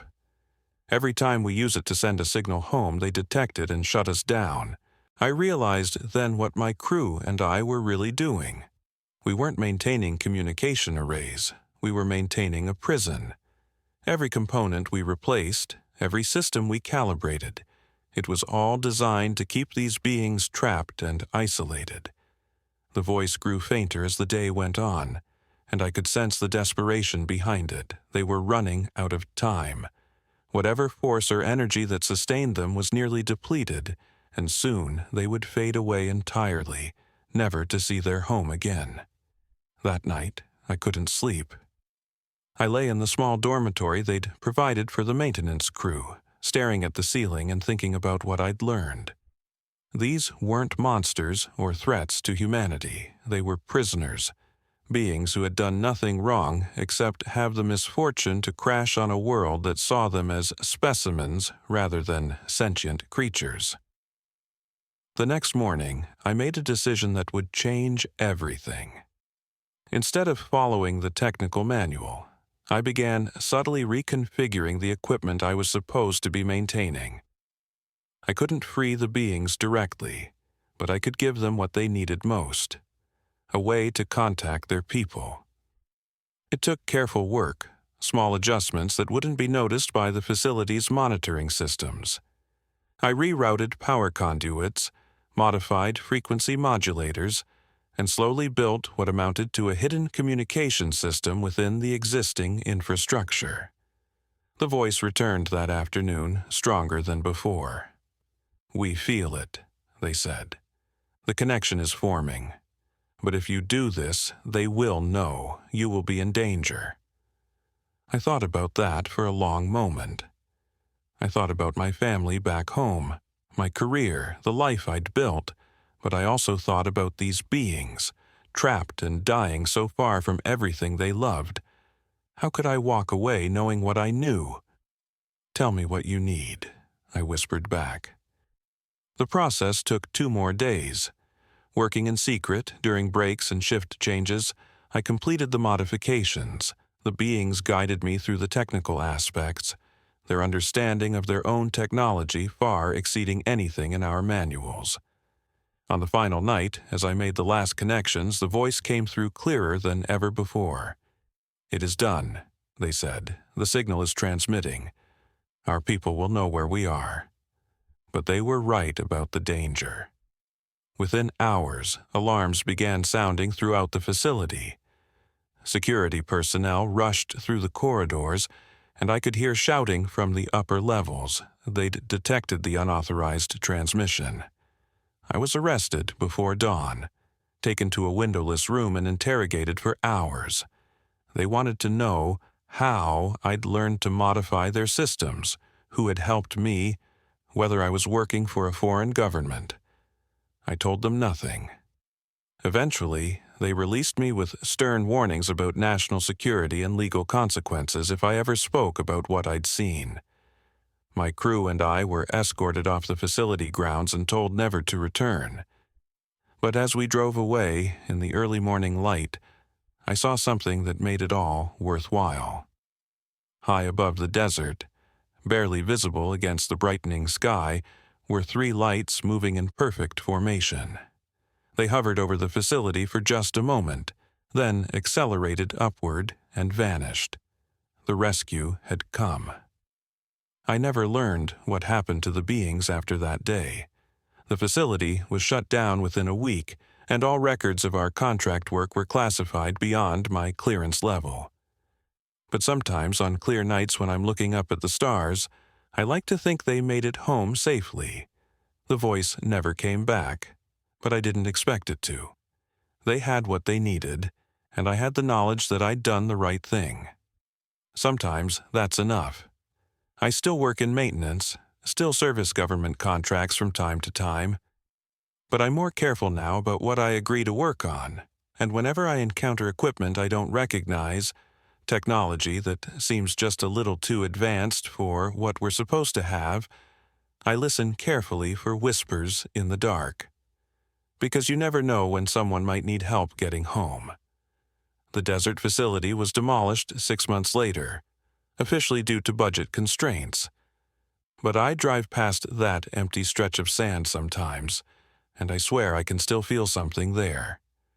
Not the beings themselves, but an echo of their presence, a reminder that we're not alone in this vast universe, and that sometimes being human means choosing compassion over protocol, even when the consequences might follow you for the rest of your life.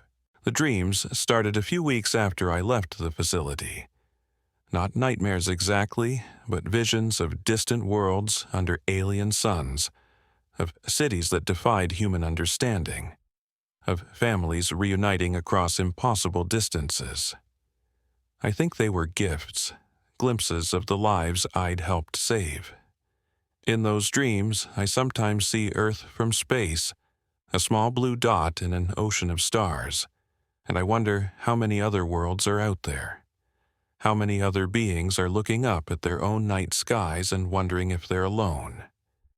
The answer, I know now, is that none of us are truly alone. We're all part of something larger, something beautiful and strange and wonderful. And sometimes, if we're lucky, we get the chance to prove that kindness transcends species, that compassion knows no boundaries. The universe is vast and full of mysteries we're only beginning to understand. But in all that darkness, there are lights, signals calling across the void, voices whispering in the night. All we have to do is listen. I was stationed at a remote listening post in Alaska, part of a classified military operation, monitoring atmospheric disturbances and radio signals from deep space. The facility was buried under permafrost, accessible only through a single elevator shaft that descended nearly 200 feet below ground. We called it the bunker, though officially it didn't exist on any maps or military records. My job was simple: monitor the equipment, log any anomalies, and report to my superiors twice daily. What I discovered during my final week there changed everything I thought I knew about our place in the universe. The bunker housed some of the most sensitive listening equipment ever built. Arrays of sensors that could detect radio waves from galaxies millions of light years away. We were supposedly tracking solar flares and cosmic radiation, but I always suspected there was more to our mission than atmospheric research. The other technicians rarely spoke about their work, and the few conversations we had were carefully monitored by security personnel who seemed more interested in what we might say than what we might hear. It was during the 3rd week of January when the patterns first appeared. I was working the midnight shift, alone except for the security guard who made his rounds every 2 hours. The equipment had been running normally for weeks, picking up the usual background radiation and occasional satellite transmissions. But that night, something different came through the speakers. It wasn't static or interference. It was a signal, deliberate and structured, repeating in precise intervals. The frequency was unlike anything in our databases. It pulsed in a rhythm that reminded me of Morse code, but the patterns were too complex for any human language. I recorded everything, following protocol, but as the hours passed, the signal grew stronger and more intricate. By dawn, it was so clear that I could make out individual tones within the transmission, harmonics that seemed to carry meaning I couldn't quite grasp. When my shift ended, I reported the anomaly to my commanding officer, Colonel Hayes. He listened to my description with an expression I couldn't read, then dismissed me with instructions to file a standard report. But something in his eyes told me this wasn't the first time he'd heard about signals like this. Over the next few days, I noticed increased activity at the facility. More personnel arrived, specialists with equipment I didn't recognize, and areas of the bunker that had been accessible to me were suddenly off-limits. The signals continued every night, always starting around the same time and growing progressively more complex. I began to notice patterns within patterns, mathematical sequences that seemed to describe concepts I couldn't fully understand. The transmissions weren't random. They were teaching something, conveying information in a way that bypassed language entirely. It was like receiving a textbook written in pure mathematics, each lesson building on the last. On my 5th night of monitoring the signals, something extraordinary happened. The transmission changed, becoming more focused, more direct. Instead of the broad mathematical concepts I'd been receiving, the signal began to narrow its focus to specific information about Earth: coordinates, atmospheric readings, geological data, all transmitted with a precision that suggested intimate knowledge of our planet. Whoever or whatever was sending these signals knew Earth better than we knew it ourselves. That's when I realized we weren't just listening. We were being contacted. The signals weren't random transmissions from some distant civilization.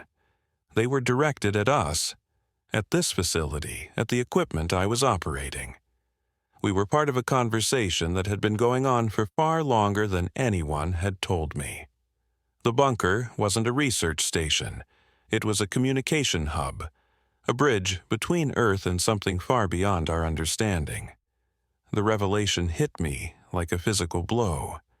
Every night for weeks, I had been receiving messages from an intelligence that existed somewhere in the vastness of space, an intelligence that had been watching Earth and waiting for us to develop the technology necessary to hear them.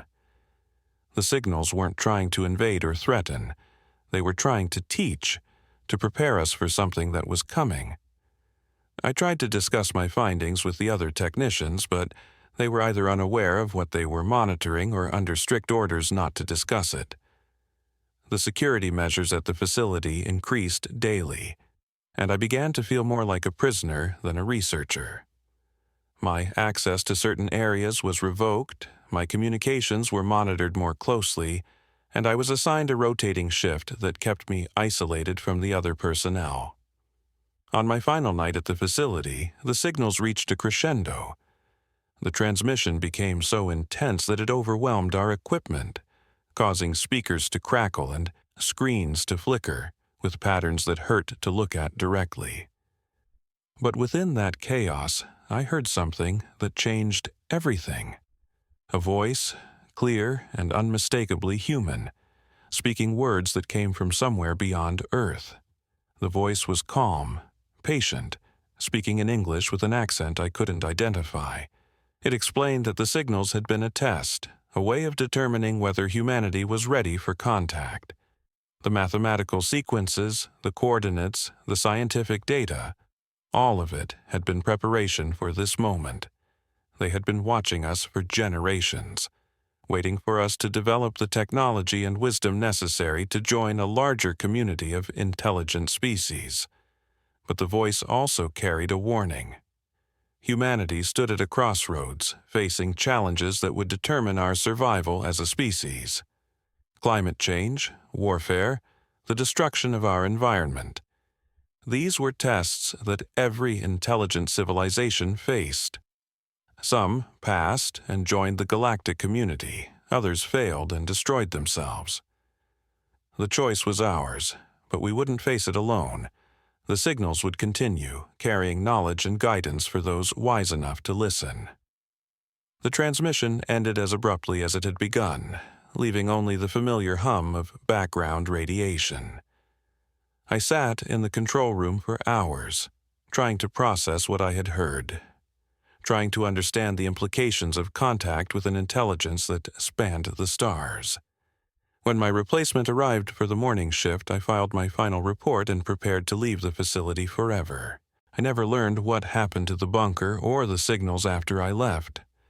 My security clearance was revoked, my records classified, and I was reassigned to a mundane desk job that kept me far from any sensitive operations. But I never forgot the voice or the message it carried. Somewhere in the vastness of space, intelligences far beyond our understanding are watching, waiting, and hoping that we'll make the right choices.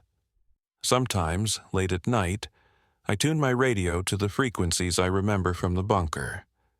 I've never heard the signals again, but I keep listening, hoping for another message, another sign that we're not alone in the universe, and in the static between stations, in the white noise that fills the spaces between words. I sometimes think I can hear them whispering, reminding us that our choices matter, that our future depends on the wisdom to look beyond ourselves and join the larger community of life that exists among the stars. The work we were doing at the bunker was just the beginning. Across the world, in facilities hidden from public view, the conversation continues.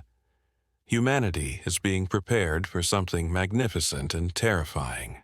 The realization that we are part of something much larger than ourselves, and that our actions here on Earth echo throughout the cosmos. I was working as a night janitor at a medical research facility when I discovered something that changed my understanding of human consciousness forever. The building was a sprawling complex on the outskirts of the city, home to laboratories studying everything from genetic therapy to neurological disorders. My job was simple: clean the offices, empty the trash, and maintain the common areas during the overnight hours when the researchers had gone home. It was quiet work that I preferred, allowing me to move through the building alone with my thoughts and my music. The facility was divided into several wings, each dedicated to different types of research. Most areas were accessible to me, but there was one section that remained locked after hours, the neurological research wing. I had been working at the facility for nearly 6 months before I was given access to that area, and even then, only to specific rooms that had been cleared by security. The restrictions seemed excessive for a janitor, but I needed the job and didn't question the protocols. It was during my second week cleaning the neurological wing that I first noticed the sounds. They were faint, barely audible over the hum of ventilation systems and the distant traffic outside. At first, I thought they were coming from equipment that had been left running overnight. Computers humming, machines cycling through their operations.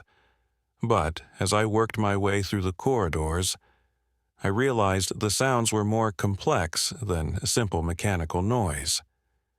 They were voices, human voices, speaking in whispers that seemed to come from behind locked doors.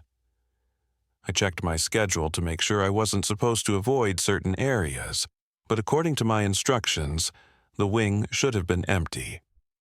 I pressed my ear to one of the doors and listened, trying to determine if someone was working late or if security had missed an occupied room during their evening sweep. The voices were clearer through the door, but they weren't having conversations. Instead, they seemed to be reciting information, numbers, coordinates, technical specifications, delivered in monotone voices that sounded almost robotic. I recognized some of the terminology from my limited understanding of medical research, but much of what I heard was beyond my comprehension. The speakers seemed to be downloading vast amounts of data, processing information at a rate that would have been impossible for normal human consciousness. I moved to another door and heard similar voices, different speakers but the same mechanical delivery of complex information. Room after room, the pattern repeated, voices reciting data with perfect precision and inhuman speed. I began to realize that whatever was happening in these rooms wasn't normal research. It was something far more advanced and disturbing than anything I had expected to find in a medical facility. My curiosity eventually overcame my caution. Using my master key, I unlocked one of the doors and peered inside. The room was dimly lit, filled with monitoring equipment and computers displaying scrolling data. In the center of the room was a hospital bed, and lying on it was a person connected to an array of sensors and electrodes. The person's eyes were open but unfocused, staring at the ceiling while their lips moved silently, forming words I couldn't hear. I stepped closer and realized the person was one of the voices I had been hearing. They were speaking continuously, reciting streams of information that appeared on the computer screens around them, but their expression was blank, emotionless, as if they were unconscious despite their open eyes. The monitoring equipment showed brain activity that was far more intense than anything I had seen in medical documentaries, patterns of neural activity that seemed to indicate processing capabilities beyond normal human limits. I checked other rooms and found similar scenes, people lying in beds connected to machines, their minds apparently accessing and processing information at superhuman rates. Some were reciting scientific formulas, others were solving complex mathematical equations, and still others were describing technologies that seemed decades ahead of current capabilities. It was as if their consciousness had been enhanced or expanded, allowing them to access knowledge that existed somewhere beyond their normal awareness. The implications of what I was seeing were staggering. This wasn't medical research, it was consciousness research, an attempt to expand human mental capabilities through technology that connected the mind to external sources of information. The people in these rooms weren't patients, they were test subjects, volunteers or otherwise, whose consciousness had been linked to something that allowed them to access vast databases of knowledge. I spent the rest of my shift documenting what I had seen, taking photos and recording audio of the voices reciting their endless streams of data. I knew I was risking my job and possibly my safety, but I felt compelled to gather evidence of what was happening in the facility. The research being conducted was far beyond anything that should have been possible with current technology, and the ethical implications were profound. The next night, I returned to the neurological wing with a better understanding of what to look for. The voices continued their recitations, but I began to notice patterns in the information they were processing. Much of it related to advanced physics, space travel, and technologies that seemed designed for purposes I couldn't fathom. Some of the data described propulsion systems that defied known laws of physics, while other information detailed materials and construction techniques that were far ahead of anything in current use. It became clear that the enhanced consciousness of these test subjects was being used to access and process information that came from sources beyond human knowledge. Whether through some form of psychic connection or through technology that linked human minds to extraterrestrial databases, the facility was downloading knowledge that belonged to intelligences far more advanced than our own. I continued my investigation for several more weeks, gathering evidence and trying to understand the scope of the research. The test subjects seemed to be unconscious of their surroundings, their minds completely occupied with processing the information that flowed through them. They were fed intravenously and cared for by medical staff who treated them more like biological computers than human beings. The breakthrough came when I discovered a room where the process was being reversed.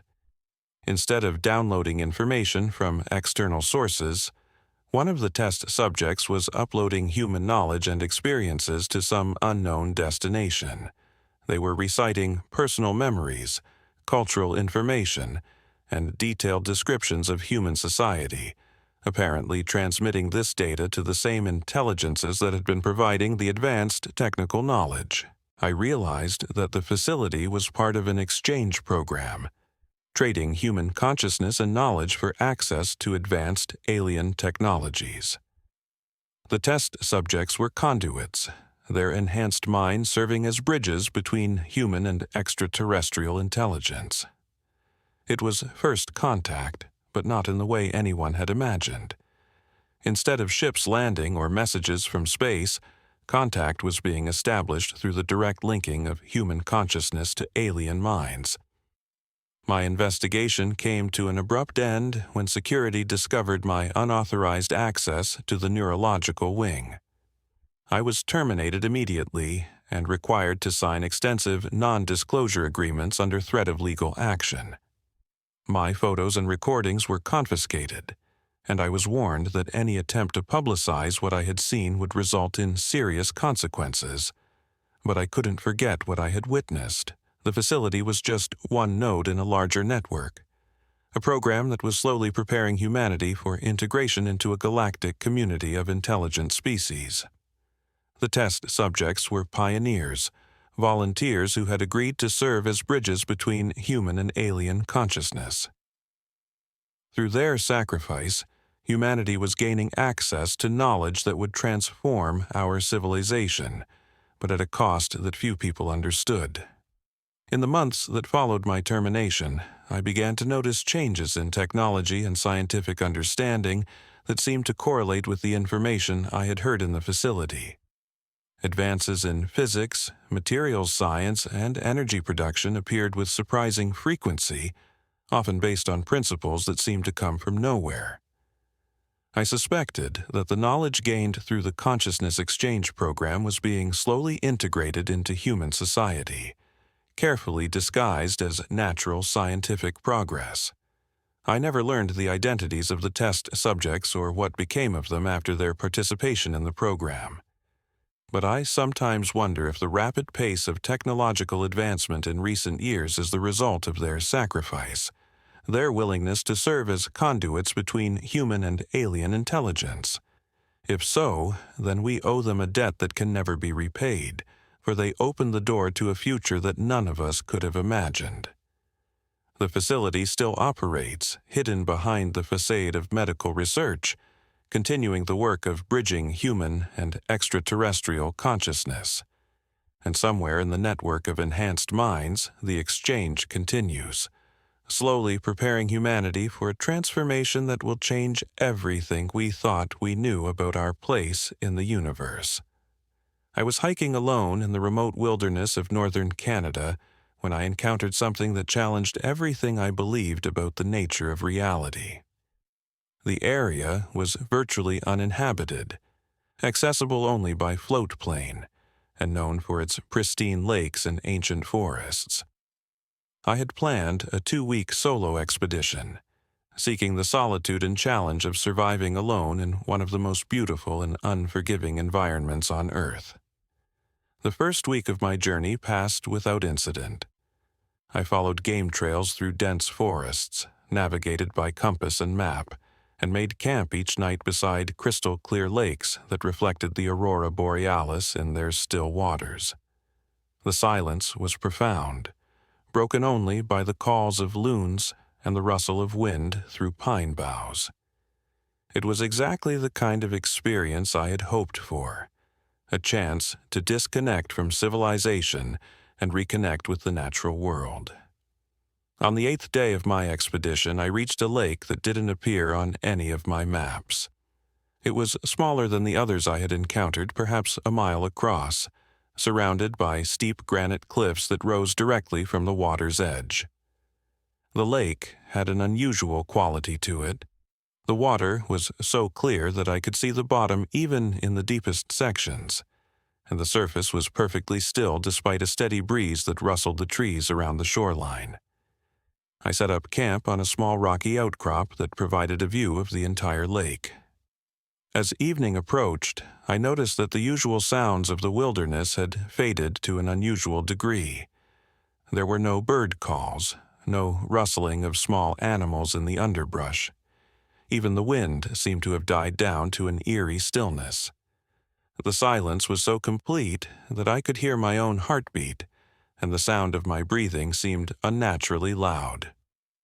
As darkness fell, I built a small fire and prepared a simple meal.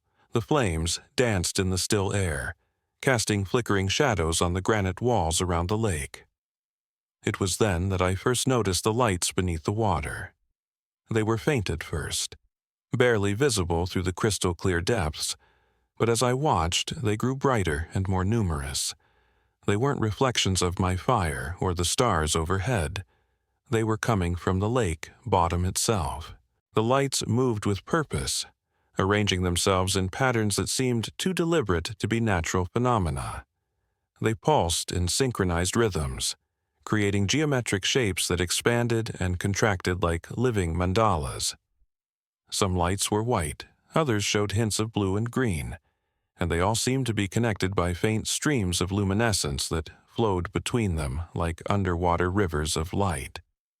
I extinguished my fire and sat in darkness, watching the display unfold beneath the lake's surface. The patterns became more complex as the night progressed, forming three-dimensional structures that seemed to exist in layers throughout the water column. It was like watching a city of light, inhabited by beings of pure energy, who were going about their daily lives in a realm parallel to our own. As I watched, one of the larger light formations began to rise toward the surface. It maintained its coherent structure as it ascended, a complex mandala of interconnected points that pulsed with soft white light. When it reached the surface, it didn't break through. Instead, it hovered just beneath the water, clearly visible through the transparent lake. The light was bright enough to illuminate the entire shoreline, casting an ethereal glow over the granite cliffs and pine trees.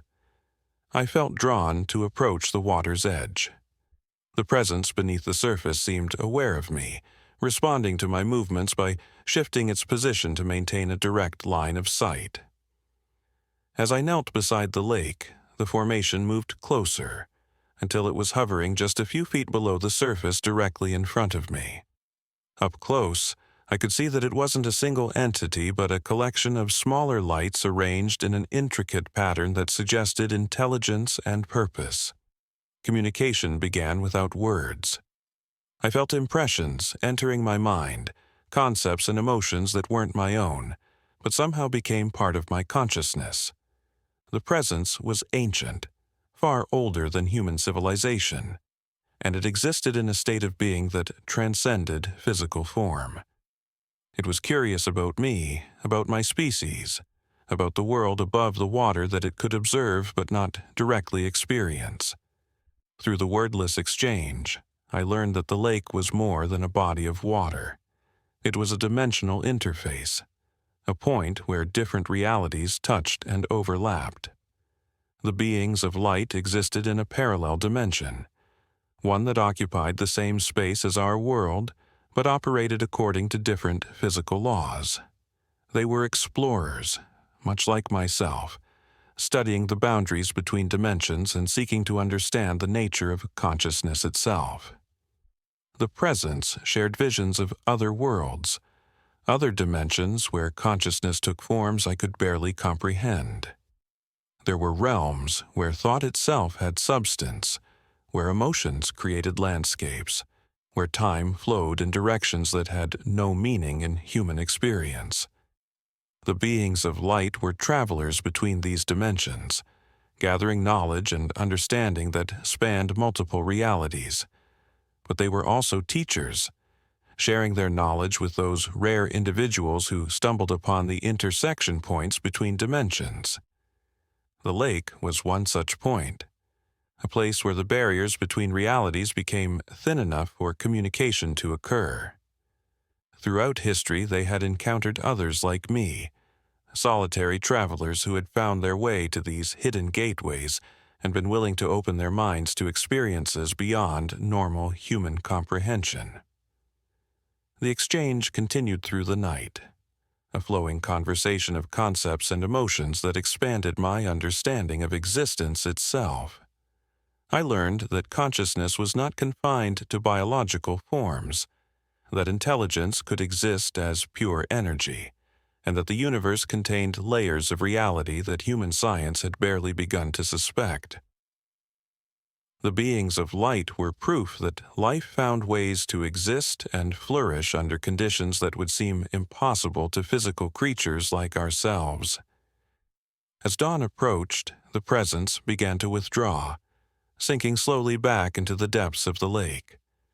But before it disappeared completely, it left me with a final gift: a deep sense of connection to the larger cosmos, and an understanding that my solo journey through the wilderness had been guided toward this encounter. The lake, the isolation, the perfect conditions for contact, none of it had been coincidence. I remained by the lake for 2 more days, hoping for another encounter, but the lights didn't return. The water remained crystal clear, but the depths held only ordinary fish and aquatic plants.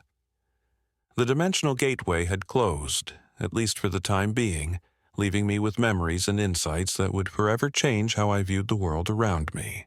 When I finally resumed my journey, I carried with me a profound sense of gratitude for the experience, and a new understanding of the hidden wonders that exist beyond the boundaries of ordinary perception. The wilderness had given me exactly what I had sought: solitude, challenge, and a deeper connection to the natural world. But it had also given me something I hadn't expected: proof that consciousness and intelligence exist in forms far beyond human imagination, and that the universe is far stranger and more wonderful than we dare to believe. The remainder of my expedition took on a different quality. Every lake, every forest clearing, every moment of profound silence held the potential for wonder. I found myself more attuned to subtle changes in the environment, more aware of the thin places where reality seemed to bend and flex. The encounter at the unnamed lake had opened a door in my perception that could never be fully closed. When I returned to civilization 2 weeks later, I struggled to integrate the experience into my everyday life. How do you explain to friends and family that you've communed with beings of pure consciousness who exist in parallel dimensions? How do you return to mundane concerns when you've glimpsed the infinite complexity of existence itself? I found myself changed in ways that were both subtle and profound, carrying within me a secret that was too extraordinary to share and too meaningful to forget.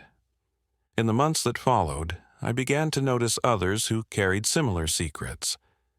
They were drawn to remote places, to experiences that pushed the boundaries of normal human consciousness. We recognized each other without words, united by the knowledge that reality extends far beyond what most people are willing to acknowledge. We had all touched something greater than ourselves, and that touch had left us forever altered. The lake remains unmarked on any map I've ever seen, hidden in the vast wilderness of northern Canada like countless other gateways that exist at the edges of human exploration. But I know it's there, waiting for the next solitary traveler who needs to understand that consciousness is not limited by physical form, that intelligence can exist as pure light and energy, and that the universe contains wonders that exceed our wildest imaginings. Sometimes, in moments of deep meditation, or when I'm alone in wild places, I can still feel their presence.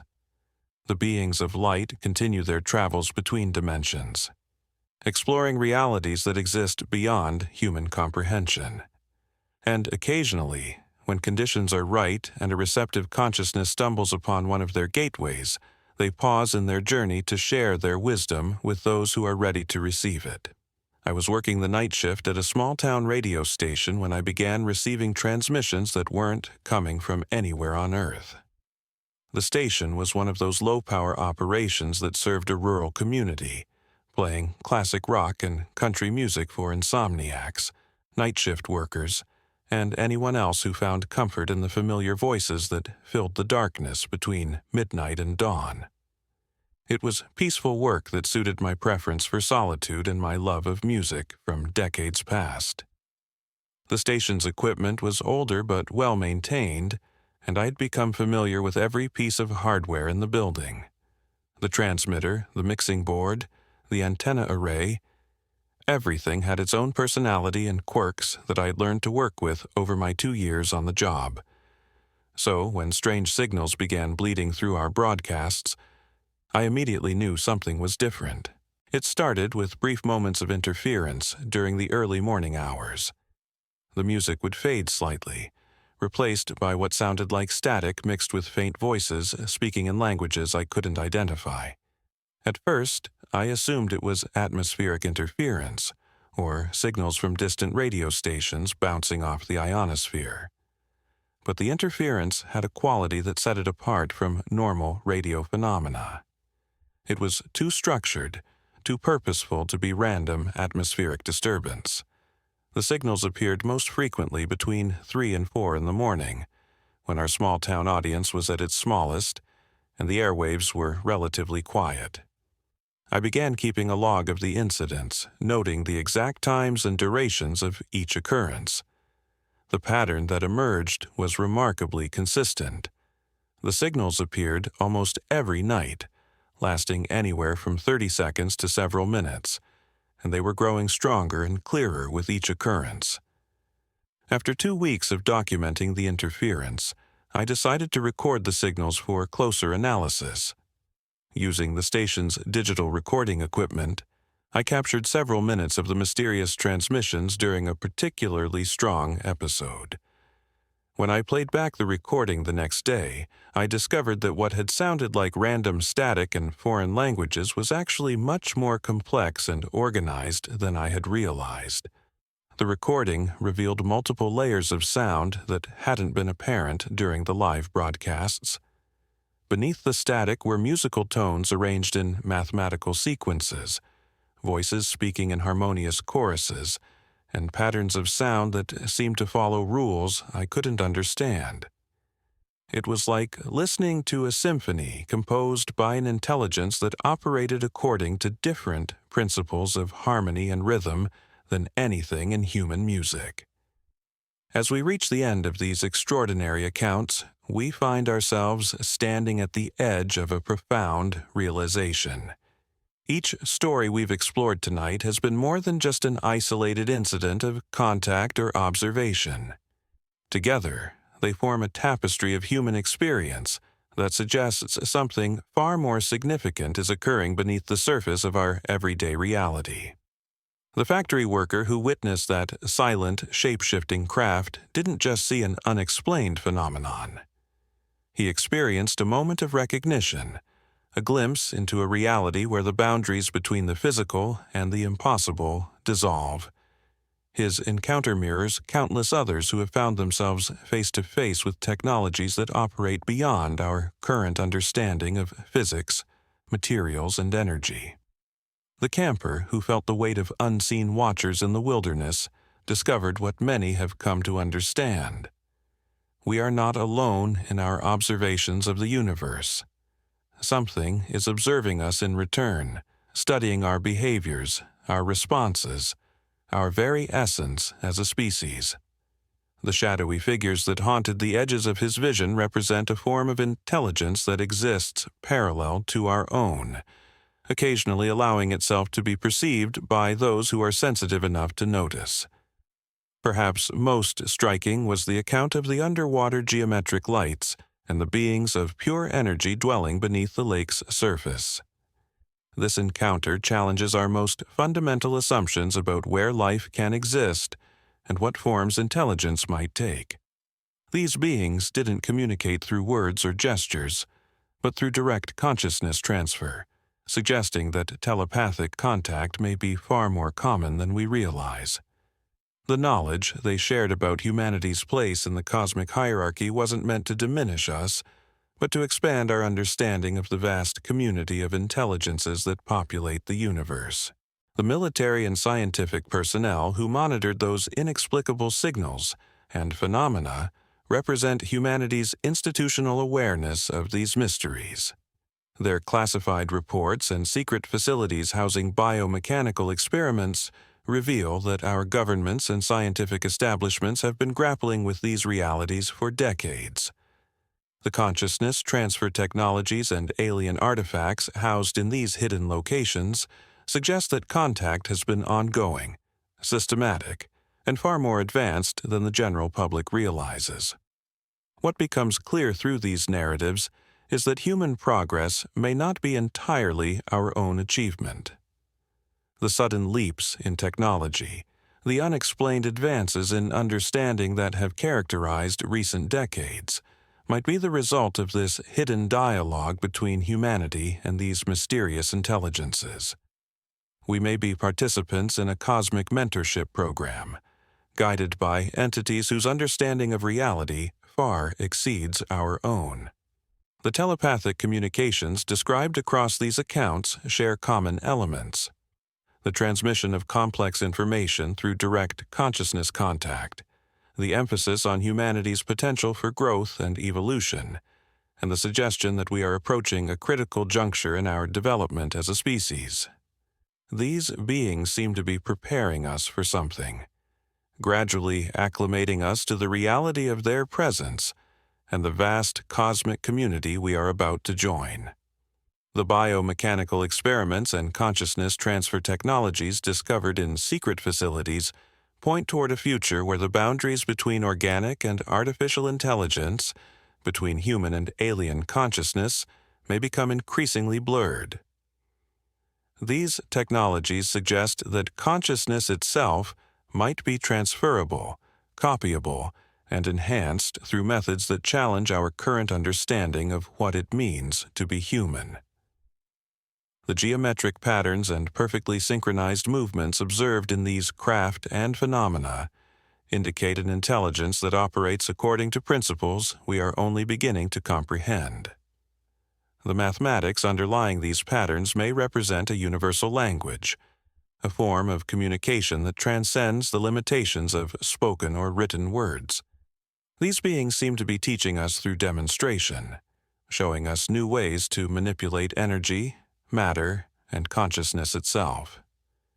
As we drift toward sleep tonight, consider that these accounts may represent more than just mysterious encounters. They might be glimpses of humanity's future, previews of the cosmic community we are destined to join. The fear and awe described by these witnesses reflects our natural response to encountering intelligences that operate on a scale we can barely imagine. Yet beneath that fear lies something else: recognition, curiosity, and perhaps even hope. The universe revealed through these stories is not empty or hostile, but teeming with intelligent life forms that have been patiently observing our development. They have been waiting for us to reach a level of consciousness and technological sophistication that would allow for meaningful contact. The increasing frequency of these encounters suggests that this moment may be approaching more rapidly than we realize. The hidden dialogue between humanity and these entities has been shaping our evolution in ways we are only beginning to understand. Our scientific breakthroughs, our technological advances, our growing awareness of consciousness and quantum mechanics may all be influenced by this ongoing contact. We are being prepared for a revelation that will fundamentally transform our understanding of our place in the cosmos. These stories remind us that reality is far stranger and more wonderful than our everyday experience suggests. The universe is not just vast in terms of space and time, but rich with forms of intelligence and consciousness that challenge our most basic assumptions about life, mind, and the nature of existence itself. As we reach the end of these extraordinary accounts, we're left with profound questions that challenge everything we thought we knew about our place in the universe.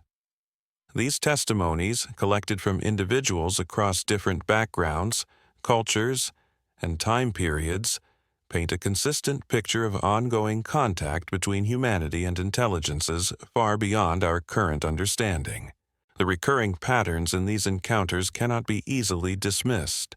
The telepathic communications, the advanced technology that defies our physics, the careful orchestration of contact events, and the consistent message of preparation for humanity's future all point to a reality that extends far beyond our everyday experience. These beings, whatever their origin, appear to be conducting a long-term program of interaction with our species, gradually expanding human consciousness and preparing us for a larger cosmic community. What makes these accounts particularly compelling is not just their similarity across vast distances and decades, but the profound transformation they create in those who experience them.